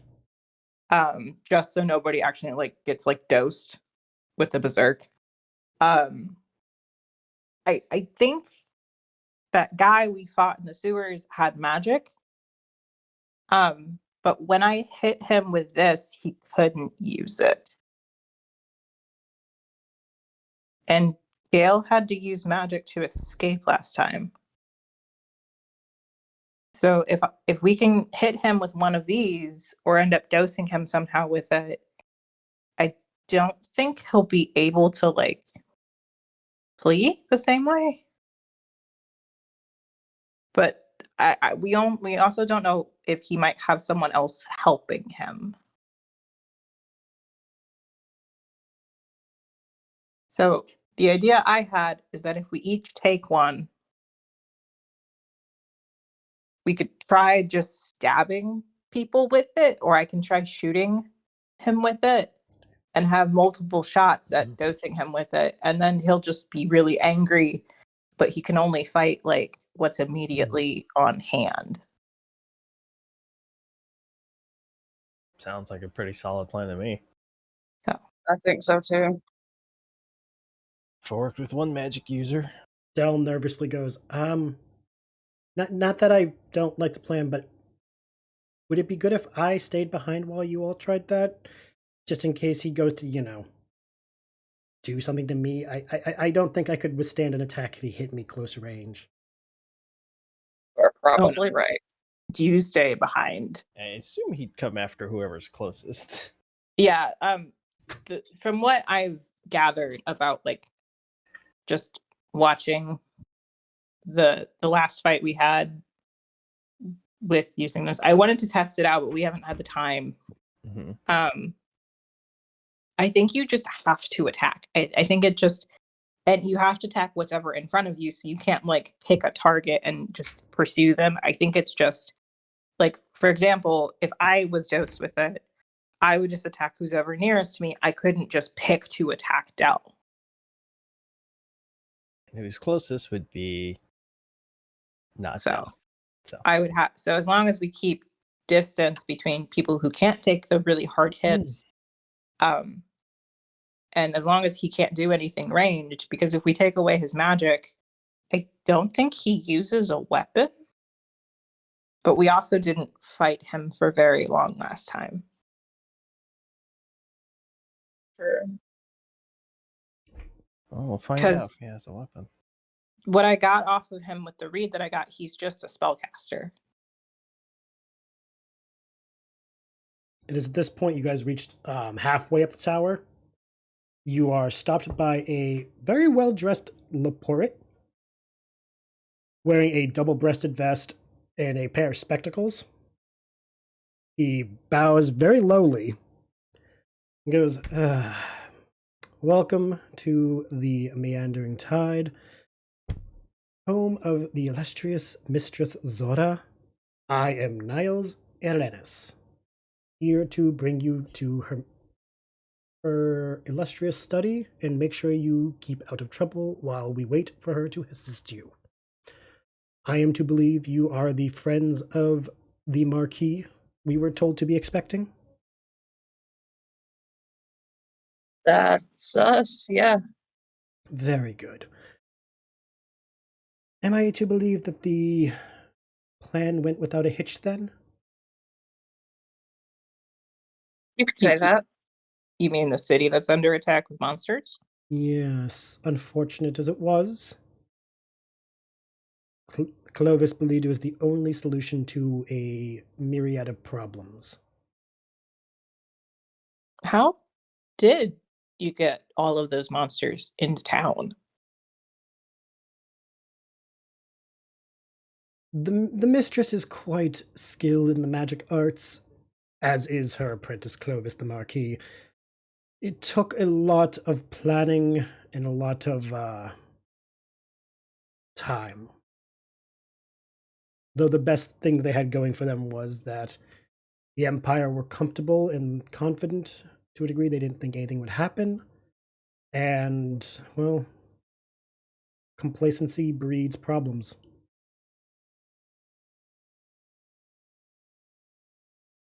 This way. He gestures up towards the higher levels of the tower. And as he leads you up, he does ask a few questions of you, mostly in the form of just passing, getting to know you type questions. To Mogzo, he goes, I've heard stories about you in town. You're the gambling one, correct? Is that how I'm known? I heard from a few people in the taverns that you've been hustling a lot of the best card players out of Geayl. I mean, I'm okay at cards. I've also heard from a few that there is a male Moogle among you. Yeah, you just spoke to him. Roll a bluff. She's not lying, though. He means male as in... She doesn't know that. I know, I'm just saying. I didn't know it for a second, to be perfectly honest. I was very confused. Well, okay, if you're doing it in terms of gender, we want to do a bluff, because it'd probably be more of a... No, he'd have to roll intelligence to see what you're... If you're ticking the same way. He would have to roll, not you. Never mind. He rolled a 2. So he just looks at you, Moxio. Huh. A gambler and a messenger. Aren't you quite the jack of all trades? I like to think so. He looks over. He looks up because he is about the size of the Moogles. Ah, the Roegadyn. I heard that you were in the magic tattoo shop this week.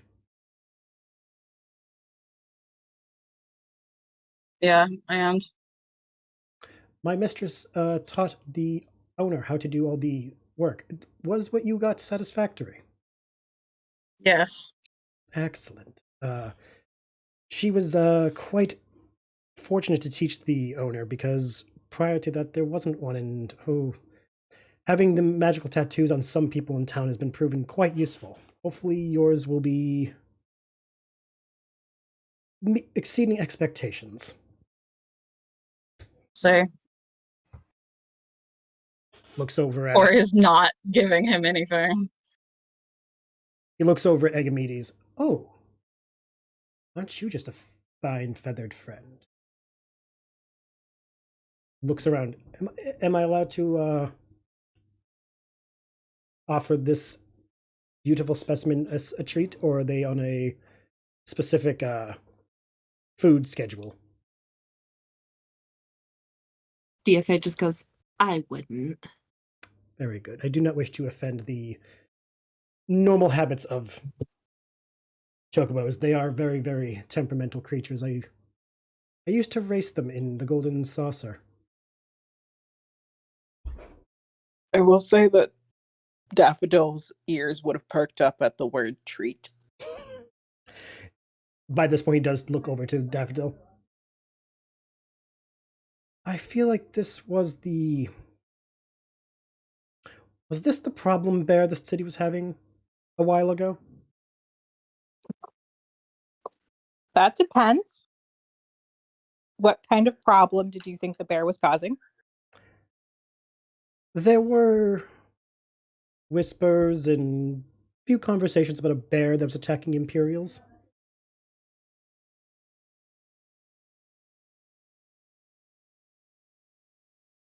We live on this island. We rarely go into town, so it is very much we catch what rumors reach our ears here. Look, Daffodil is reformed. They are a very good bear.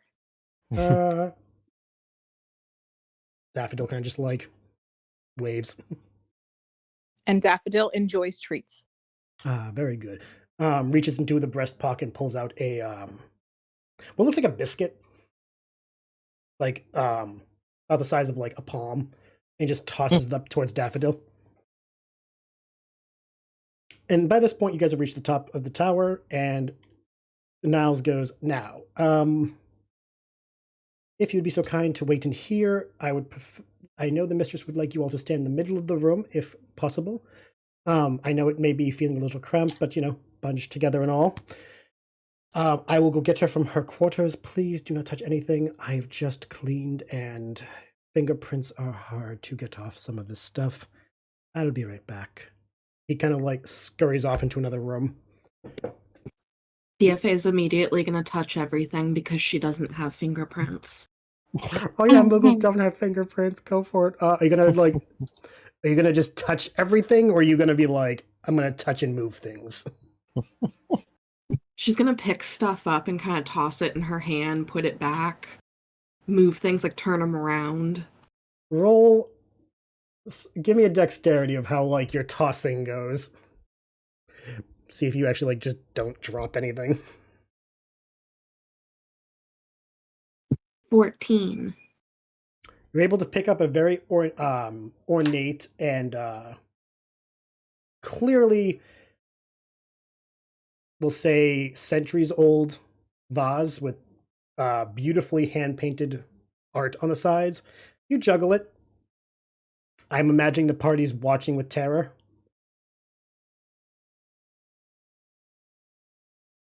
Corey thinks it's hilarious.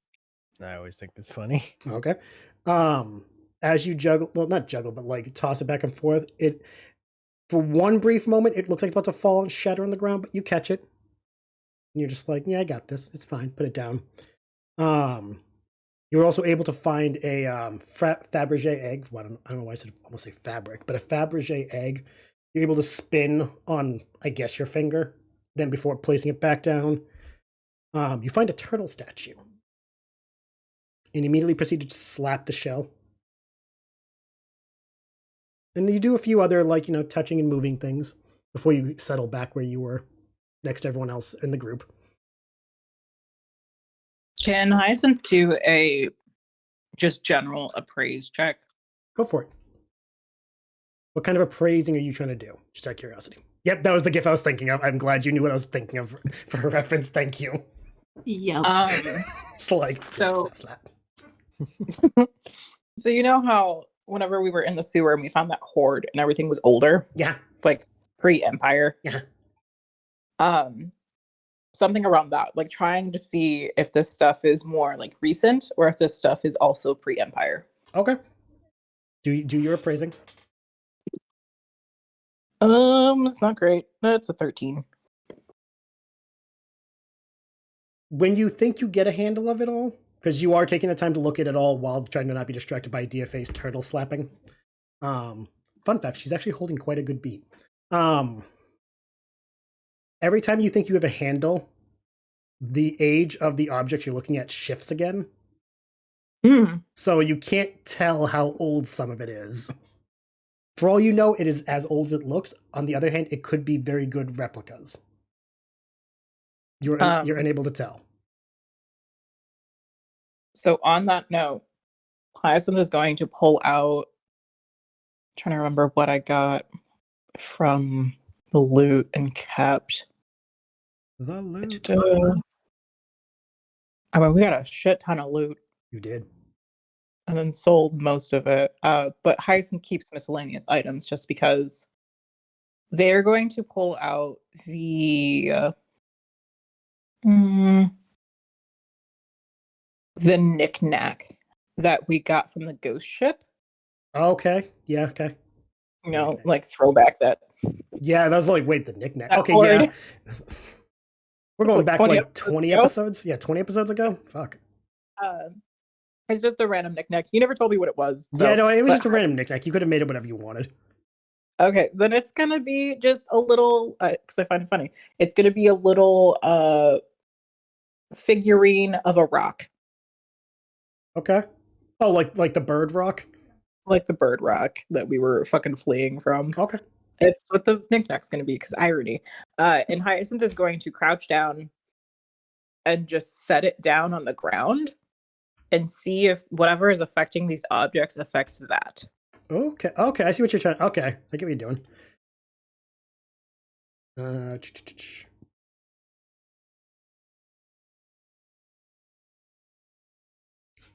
Nothing happens. Nothing happens? Nope. Okay. So that has to just be something that has probably been in this place long term. However, upon seeing it, Elric does get a PTSD moment seeing the figurine of the rock. Just like the not that again. I'm kidding. He doesn't actually get PTSD. But no, the item doesn't do anything. Also, Okay. We went over a little bit. This is a perfect time to take a break really quick. When we get back, we will have you guys meet Mistress Zorah. Everyone get up, please. Stretch, take a break, go to the bathroom, get some water, because I feel like no one's hydrated since we started this damn stream. We'll be back in a few minutes, audience. Get up yourselves, do things. We'll be back in just a bit. Don't go away.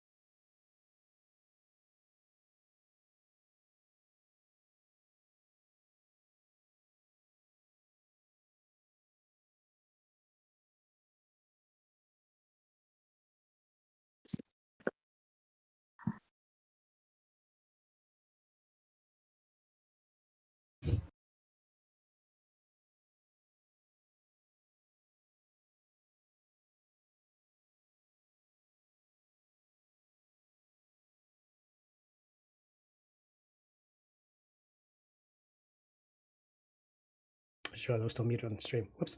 I was just surprised, relatively, about what's going on. You are in need of me getting you to a certain grotto in question.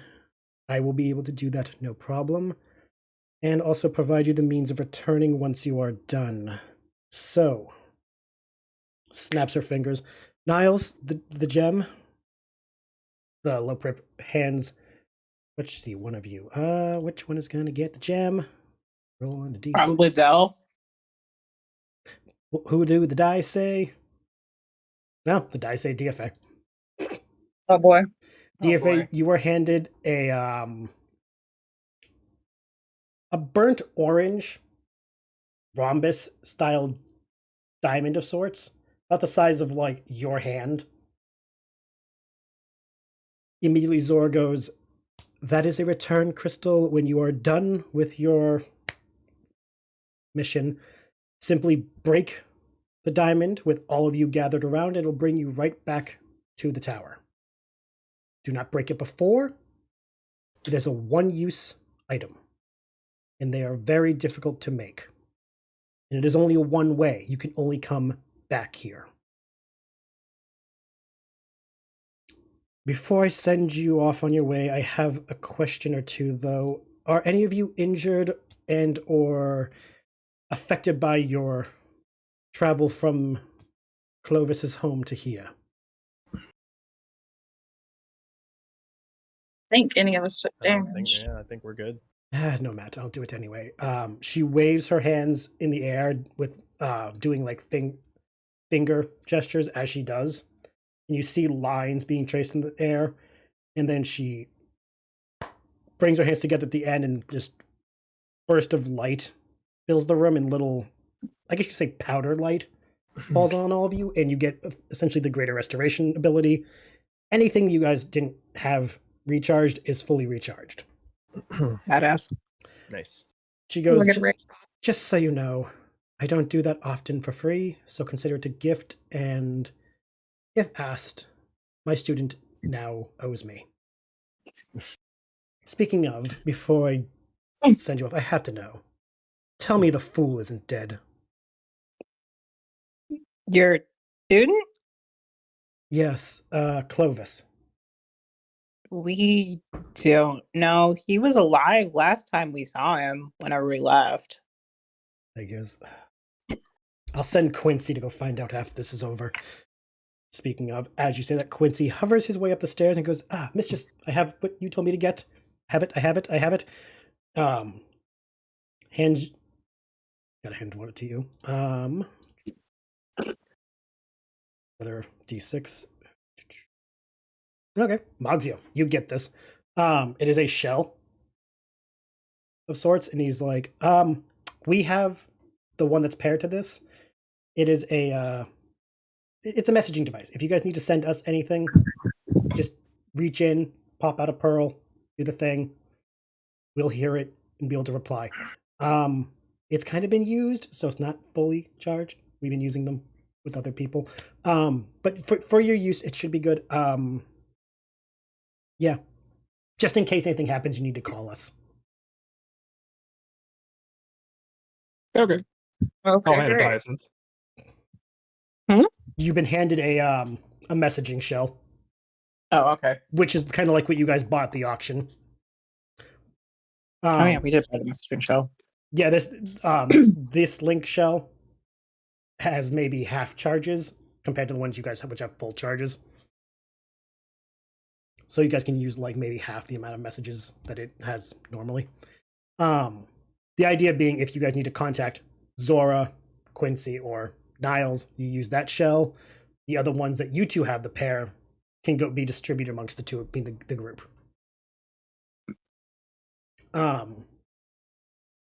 Zorah ushers Quincy out of the way because you guys are standing in the middle of the room. I hope all of you together.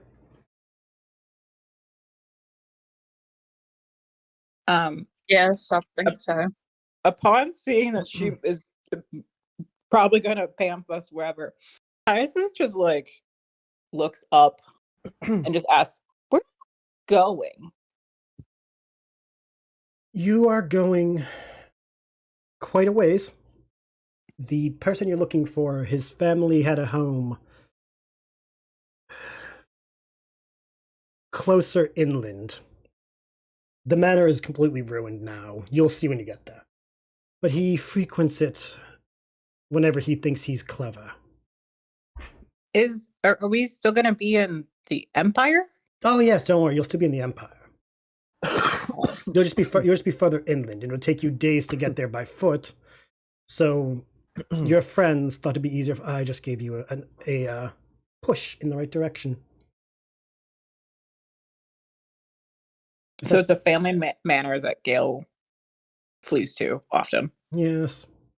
People like him think that it still gives him status. Is he like important? In his little warped mind, yes.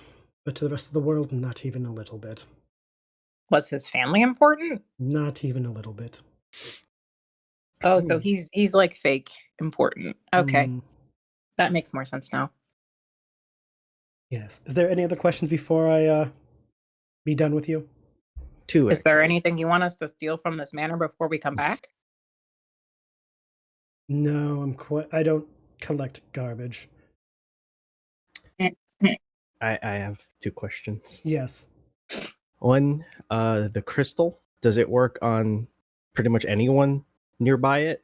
Or It has a 30-foot radius. so anyone near it, including someone we probably don't want coming with us. My advice, use it when you're done with him. Okay. And is there anything, because we could use a plan B just in case, that can keep a magic user from teleporting away? Like a little bitch. Pulls out the berserk arrow. Yeah, like we have a plan, but in case it doesn't work, a plan B wouldn't hurt. I mean, if you can tell me if my plan would work, then Hyacinth is gonna uncap the berserk arrow, like unwrap it, and show it. By the time you finish taking the cloth off, Niles has already taken it from you. And I need that back. And shows it to Zorah, who examines it very carefully. Probably terrifying all of you. She touches the arrowhead and rubs her finger, licks it. It's mild, but for someone of such status, it should do. My advice: go for the jugular. Oh yeah. But we need to keep him in one place first, so he doesn't like bamf away again. I say that because if he's busy holding his throat from bleeding out, he can't do somatic spells. Oh. Talk. But Is teleport a somatic spell? yeah, you have to do it's a hand motion. Oh. But she's like, but he should do. Also, with how many of you there are, you should have to drop on him. All right. Wonderful. Is that all? That is all. Can I have my arrow back? Zorah hands the arrow back to Niles, and Niles kind of like scampers over to you. Thank you. And Hyacinth rewraps it. As he gets back over to Zorah, you hear him whisper up to her. Not gonna lie, kind of expected that some of them would be taller. Beggars can't be choosers.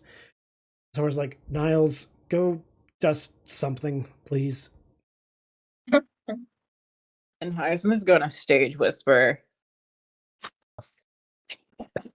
Sorry, I didn't hear what you said. You kind of went robot-y from me. Hyacinth basically stage whispers, Niles, when I get back, can we gossip?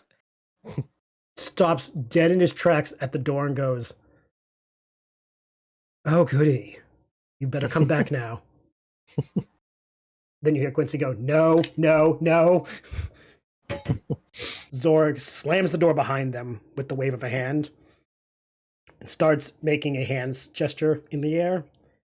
As she does, the rug you guys are standing on evaporates. Like, it just fades from reality and a teleportation circles under you. It begins to glow. And a column of light starts to surround you guys. And you hear Zorah say, my advice, exhale before you land. Okay. and then claps her hands, and you guys are all out of existence. And almost immediately are brought back into the world. And shocking, maybe. I don't know how you guys would feel, because I don't think any of you have been teleported in your lives. You are not at all prepared for the fact that you guys are greeted to daylight. I'm grabbing the Tailspire thing, so hold on. Where's Tailspire? There it is. Beep. Come on. There we go. Come on, Discord. There we go. Sometimes it wants to take forever. So yeah, you guys find yourselves in a very bright wooded area.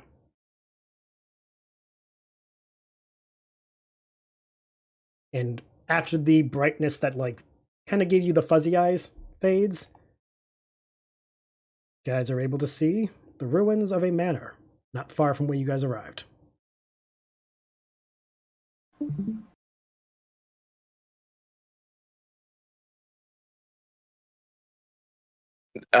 Based on, I don't have like a geography skill or anything that would probably help me with geography. Are we in a different time zone? That would be do you don't have a geography skill? I don't have a geography skill. Do you have local? No, but I have nobility. And I have history. I would say just do an intelligence check then. Okay. Because I don't think we time traveled. I think we're just on a different part of the world. Natural 20 plus 1 for a 21. You're able to tell you guys are in a different time zone. Okay. The Empire does stretch horizontally a lot, so you guys, yeah, definitely on an, as she said, a different part of the Empire. Mm-hmm. And you guys are just further from Meloph than not. As she said, it would have taken you way too long to get there on foot, so she just teleported you there on her own.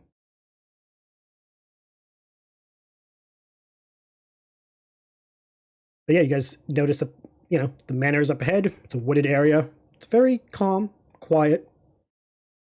Nothing too strange. Do you guys head up there right away, or do you guys want to just like make a, you know? Maybe make some kind of plan, because it's a possibility he's set out traps or something. Tyson is going to ask Dell. This maybe might have been a better question for Mistress Zorah, but maybe Dell can give some insight.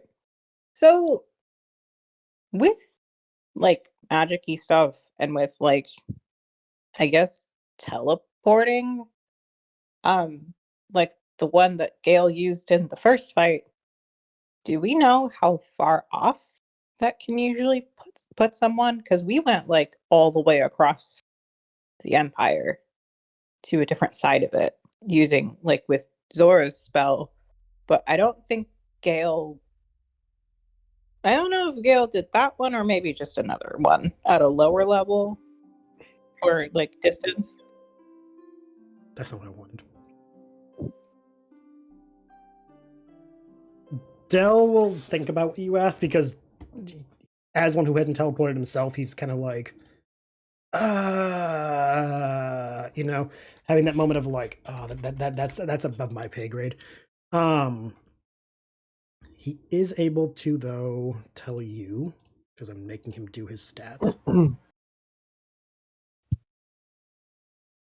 He's able to know that the strength of someone's magic ability can determine how far they can send you or be sent. Teleportation circles help because they are, you know, what's it called? Fixed points that you are going to versus coming from. Mm-hmm.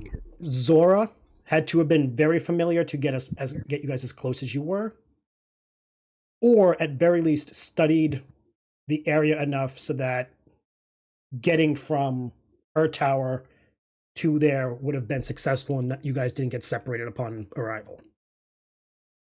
Also gesturing to all of you, none of you guys are hurt, so maybe her tower has a focusing ability that helps her get it right.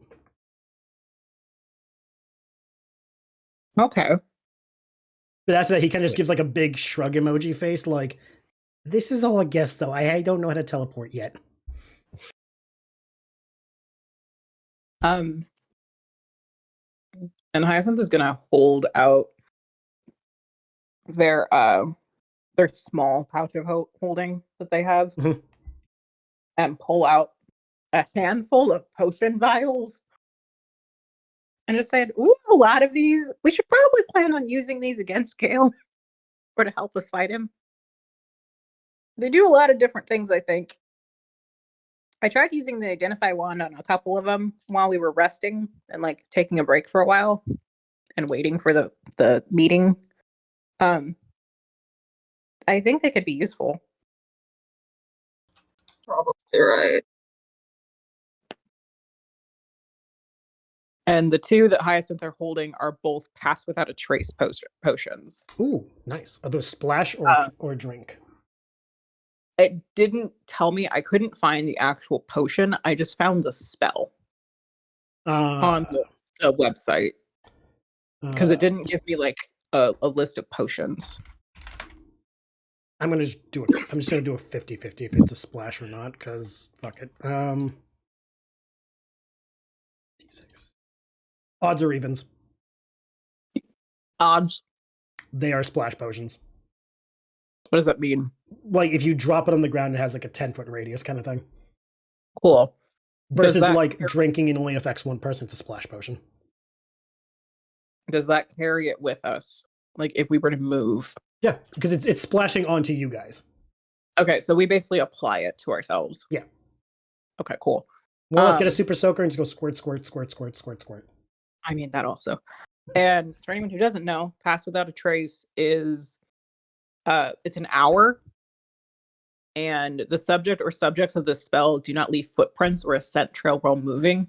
Tracking the subjects is impossible by non-magical means. I'm just side-eyeing Elric right now. That's so if we were to use something like this, we could probably get in a little bit sneakier. For anyone who's not very sneaky, pointedly looking at Elric. I'm not great either. Daffodil gives a huh? You're still a little better. Heavy armor does not help. Yeah, I don't have armor, really. To my knowledge, Daffodil wearing that armor wouldn't be that stealthy either anymore. No, not at all. Del kind of looks at their feet and goes, I think I'm good. And kind of like, you know how like when a kid has their legs hanging over a wall from the knees down, they kind of just like kick side to side. Mm-hmm. Del kind of does that like, yeah, I think I'm good on the whole being tracked thing. So, but I feel like we should scout around the building a little bit and see if maybe Geayl has any guards or anything like that. I don't think anybody really tolerates him long enough to be his guard unless he's like paying him really well. But he seemed like he was kind of broke. Who's Again, he could have magic traps. That too. Is there going to be a volunteer scout or is it going to be a group scouting? Hyacinth was going to offer to do to at least like do like the foresty shit for scouting. Because right now we are in a foresty area, correct? Mm-hmm. Yep. Which means this counts as a forest. Yeah, so they have a +1 to their armor class right now with the Elven cloak. Autumn cloak. Yep. Yeah. With their keyless cloak. So if they do get caught, they're a little bit harder to hit. So that was just my idea, is that we should probably go through these potions that we have and see if there's anything else that might help us. Because I only have 2 of these. I admit I don't have Del's inventory on me, so I can't tell you what Del has and doesn't have. It should all be recorded potion-wise that we have in that spreadsheet that Corey made. Oh, okay. Yeah, it should be all of them. But no, if you guys want to do a group scouting, you can do that. We can do a group skill check, or you can do a individual skill for it.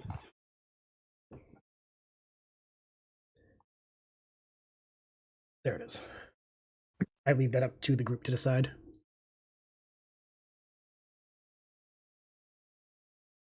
So, like, if we want to send like the sneakier ones first to do some investigating on different ways. I don't believe Hyacinth can recognize magical traps. They do have disable device, and they do have trap finding. So that's about, yeah, because I don't have use magic device. So if they're magical traps, Hyacinth can't do as much. We need somebody that can at least sort of detect magic, probably. Moogles? Can't do them. Can you detect magic? Nope. Ah. I figured because of your trap skills, you were in that category. I actually don't have any. I don't have disable device. Oh, well then. I have disable device. I don't have use magic device. Use magic device wouldn't apply to that. That would be like if you had a magic item. Okay. Something in your class would say that you can't. You need to have something in your class that says you're able to disarm magic traps. Yeah. Yeah, and I don't. So yeah, if you guys could detect them, you just won't be able to like do anything. Undo them. Yeah, like we could still see them, but it's just like we would just have to avoid them at that point. It would become a game of Minesweeper. I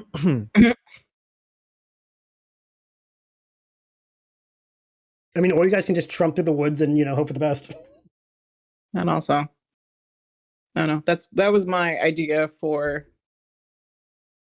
plan of action. Is we look through the inventory of what we've got, pick out some things that might give us an advantage, and then kind of go from there. Del kind of looks at Elric. What do you think? This is kind of like your guy. You're here because of him. What do you think? I mean, the scouting plan seems as good as any. It's kind of what we've been doing, and it's been working. Hey, look at our potionies. I've got flint and steel. Just picturing Moggs just lighting the whole forest on fire. I mean, Jeffrey starts calling out every G name in the book. Get out! Get the fuck out here, Geayl! And he's just like, I mean, we could try to burn down the building. I believe ruins would be harder. Are they? I think if we burn down the forest, it would just. It's all stone masonry, yeah. so I don't think it'd really be burning much. Yeah, like we can burn the forest, but that'd be, that would terrible. make Hyacinth The very Lorax upset. would take much umbrage of you burning a forest down. I don't think any of us would like doing that. I was going to say it depends on how mad we are at him. Tie him to a tree and just light it on fire and walk away. We have 8 potions of Shield of Faith. There you go. That's one And for each of 3 you. potions of Guidance. Guidance is those good. were specifically the ones I was looking at: the Shield of Faith and the Guidance. I have 2 Shield of Faiths in Hyacinth's bag because I went through the potion list and just picked out which ones they would probably think were useful as part of their thing. Shield of Faith is actually pretty good. Jesus, I didn't realize it was that. Okay. It gives you an AC bonus, doesn't it? It's a +2 deflection bonus to AC with an additional +1 to the bonus for every 6 levels you have. Maximum +5 of deflection bonus at 18th level. So my plan, above table, was to give one of those to Del. Okay. Because Del is very squishy. Yep. This was also pending if Del was going to be NPC'd or not. Well, also you have what, 8? Yeah, well, I mean, Hyacinth has 2, but we have 8 in our inventory, so So we yeah, could each take. That's what I'm saying. Everyone could get one and just solve that problem right out the gate if you wanted. So and Yeah, we would we have can a do that. temporary AC bonus. And then for guidance, I feel like because guidance gives you an additional D4. D4 to your attack roll or skill check, I think. I think it's skills. Is it skills? Guidance. D&D, it's either. Wait, no, it's skills. Sorry. The creature gets a +1 competence bonus for a single, because this is Pathfinder. Single attack roll, saving throw, or skill check. Okay, so it can be for either attack, saving, or skill check. But it's only Yeah, 'cause that's- a little more. but it's a And- single. Single, yeah.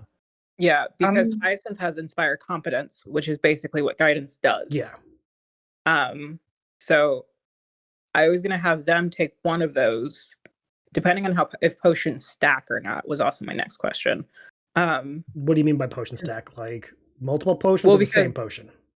Well, different potions. Different potions, yes. Same potion, no. That's what I thought. At least, so at least to my Hyacinth- knowledge, unless like there's a rule that I missed.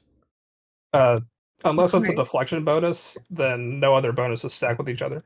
Or sorry, No, but- unless it's a dodge bonus. No, I meant like, for example, we can give someone 5 different potions. They should be able to all be effective. Not no, you can only do one at a time. As long as they're not the same bonus. Yeah, that's what I'm saying. Yeah, they don't Yeah. stack same, but if they're individual, they should be fine. Yeah, you can pump up on all the spells you can as long as they're not Yeah, the same that's bonus. yeah. So technically, you guys could literally shotgun all of your potions and hope for the best. Yeah, and that's kind of what Hyacinth was suggesting at this point, because we don't know like a lot about what Geayl can do or what is going to happen with this. But it's more of a like, as we get closer to finding him, we basically shotgun all these potions and then go for it, especially if they don't have a long duration time. I mean, I'm not too 'Cause- worried about it. We kicked his butt in like two rounds last time. Yeah, you guys really thrashed him the first time. Yeah, but then he ran away. So, Yeah, but this but- is more of a like, Also, he was by himself. We don't know. we don't know what's if here. I there's mean, other- where would he run to if this is like his go-to place? Yeah, he doesn't have many other hiding places that you guys know about. He would have to go somewhere that would risk being like vulnerable. Yeah. So, but this is the general consensus of my idea. Is just we plan of action, what potions we use to give us a boost to make this a quicker fight, but also an easier fight and give us an advantage against him, and any other possible like things we might come across. Because the thing too with Inspire Competence is that basically gives you a bonus to like a check. So if we have to do like a dodge or a stealth or something, it would come in handy with that, because I don't have to continue doing it for you to have that bonus. I just have to do it to inspire you. Then you can keep it until you use it. Nice. You guys also like, I have can't inspirations. Yeah, it's because I can't use Inspire Competence to inspire like you to do better in a stealth check, because it's something that is auditory. Because it comes from the bardic part of things. But I can do it beforehand and then keep it going partially while you do a check for something. So, and I can switch it. So as soon as one person uses it, I can do it again for somebody else. Because I can use it, I believe it's a certain number of levels that I have in Deadly Courtesan. Because it's a multi-class thing. So that was going to be the other thing I offer. And then, like, I have trap finding, so I can find and disable traps. As long as they're not magical. But I can at least identify a trap. And for, like, the scouting ahead thing. Fascinate's not useful. Just a reminder, you guys, it is getting late, so just, consider what you're going to do and then go from there.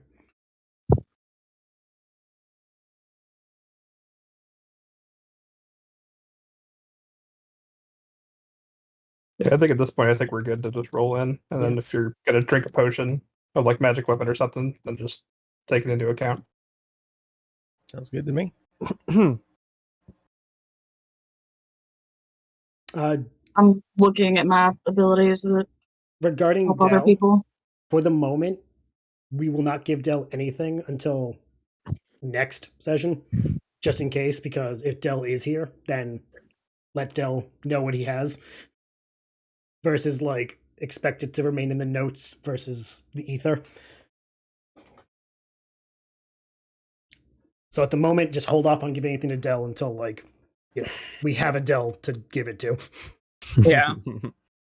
Versus, like, we gave Dell a thing, he gets NPC'd next session, and then that item just got wasted.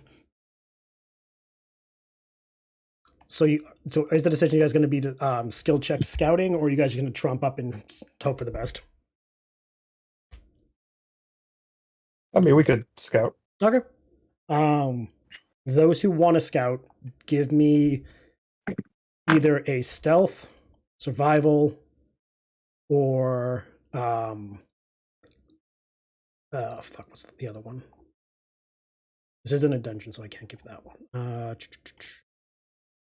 Stealth, survival, or blah blah blah blah blah. Technically, DFA could technically do a fly skill. Or perception. I keep forgetting that DFA can technically fly. 21 for stealth. Okay. 25 stealth. Okay. Is DFA going to be sneaking and scurrying, or waiting with the others? She's gonna be with Moggs, yeah. Okay, so that I would need either stealth, fly, or whatever skill you want to do. 13. Okay, that's not bad. Was the other you two gonna let them do it, or are you two helping? Elric and Corey. No. Okay, no, I'm asking I'm- before I decide. Like, I'm just making sure. Nope. Okay. All of them. Okay, We'll be on the lookout. cool, Yeah. cool. Scouting wise, seems very quiet. Nothing you guys can see in the immediate area leading up to the manor. I'm not going to move them, and then move them right back. The three of you are able to get up to like the boundaries. You don't see anyone outside. There's no sounds. It's empty. If I bring Daffodil with me, does Daffodil need to make a stealth check? Yes. Okay, let me grab that real quick. Okay. I assumed you went by yourself. No. Because I have something that I'm going to attempt to do Oh boy. since I have Daffodil. Summons army of bears. No. A horde of bears comes out of the forest. And they all give Elric a hug. I need to roll. Daffodil does have survival, though. I would. What does stealth fall under? Stealth is a dex. Roll a dex then, just because. Okay. Like, how does Daffodil move through the forest? Daffodil got better than Hyacinth. Daffodil got a 22. While you're being very careful and step around, Daffodil just kind of just like, just this is woods. Daffodil's fine here. You guys aren't detected. Cool. I would like to use Daffodil's perception to get a gathering of if there's anything living around us. And I would like Hyacinth to also do the same thing. Okay. Trying to gauge if there's anyone else in the area besides us. See what you roll. Okay, well, Daffodil got a 24. Hyacinth got a... Scroll.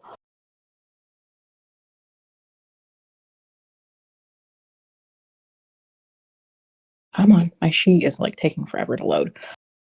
What's your natural roll first while you're looking? It was a 16. Okay, then yeah, you were fine. Daffodil is able to detect scents in the area, yes.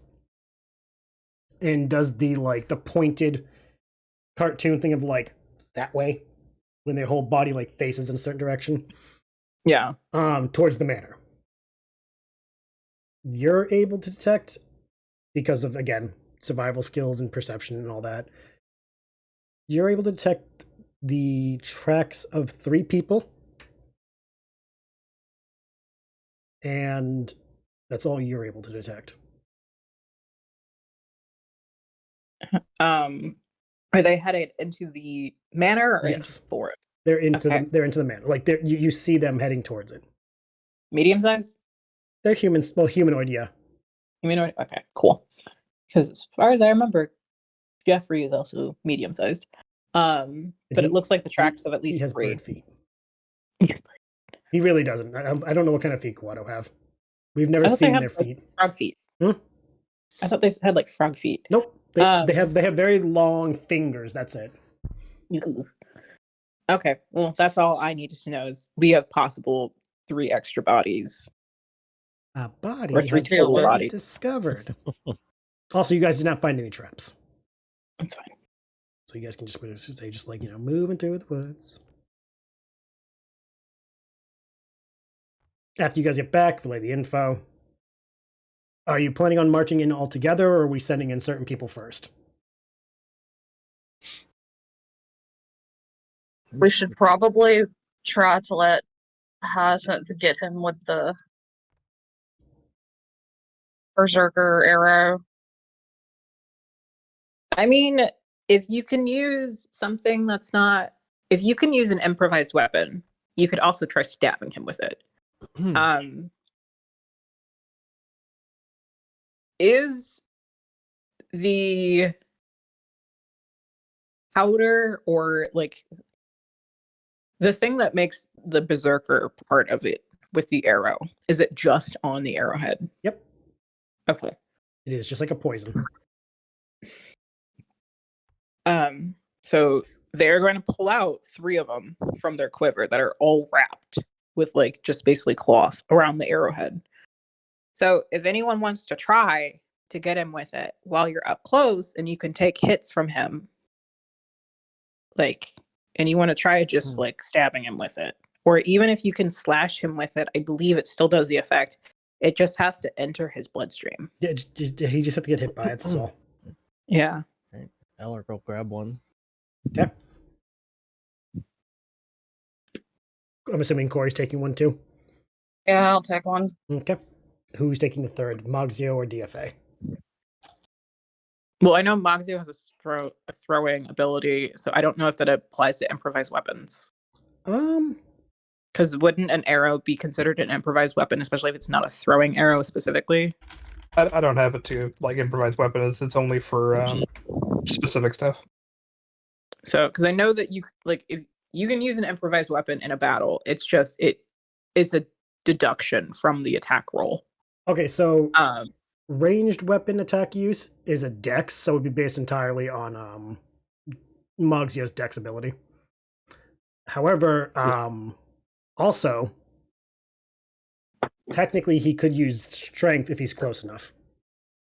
Yeah. I wouldn't do that. So either way, like, technically he would just be rolling dex or strength depending on his distance.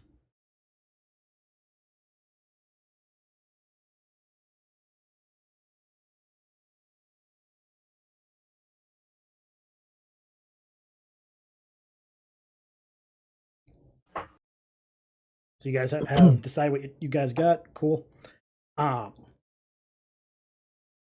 While you guys are handing out the arrows, you all hear someone calling you from within the manor's ruins.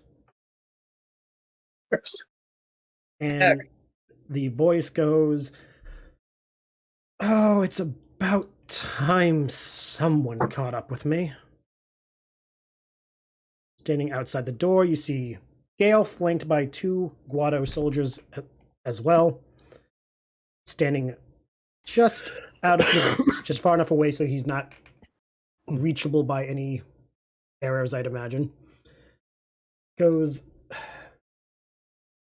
"Last we saw each other, you were quite violent. Now here you are in my family's home, technically trespassing. But I'll give you the chance to explain why you're here before I remove you from the premises."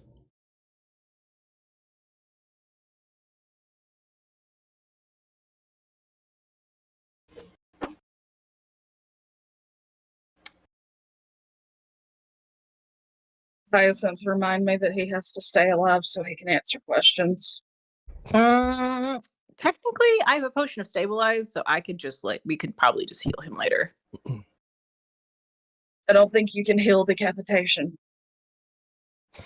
I mean, Okay. I don't know. Magic's really powerful. Elric? I won't lie. I want him dead. Elric? But At this moment, you hear a voice in the back of your head. Oh boy. "Kill the spare." Oh, you're breaking up. No, that was like me, like, it's meant to be like a distant voice of him whispering, "Kill the spare." Kill the spare. Don't Okay. let him flee. Bury him for his betrayal. You see Elric looking around like very confused. Also, I need you to roll me a wisdom. Oh boy. 15 plus some bullshit. Hold on. Some bullshit. Totally a number. I feel that. Sorry, so but hard. some bullshit does not meet the DC. 15 plus 12. So 27. Yeah. You feel your body tensing up, and your chest starts to heat up, like not actual temperature, but like, you know, when you're like emotionally, your whole body temperature increases. Mm-hmm. Elric starts to feel like almost like he's unable to actually be in control of his body. But after a bit, you're able to gain control again. As you do, though, you hear that voice getting further away, but it's still there. And for a brief moment, you swear you see glowing eyes hovering next to Mogzio before they vanish when you shake your head and try to focus on them. How nice. Hmm. I guess Do the rest of us notice him being weird? Yes. You're grouped up enough where it's like, the fuck was that? Elric. I don't know. I think it has to do with the nightmare I've been having. Okay. Just We need you to be sane, buddy. hey. At- I got this. I got this. After that, it's been a bit, so Geayl interrupts you.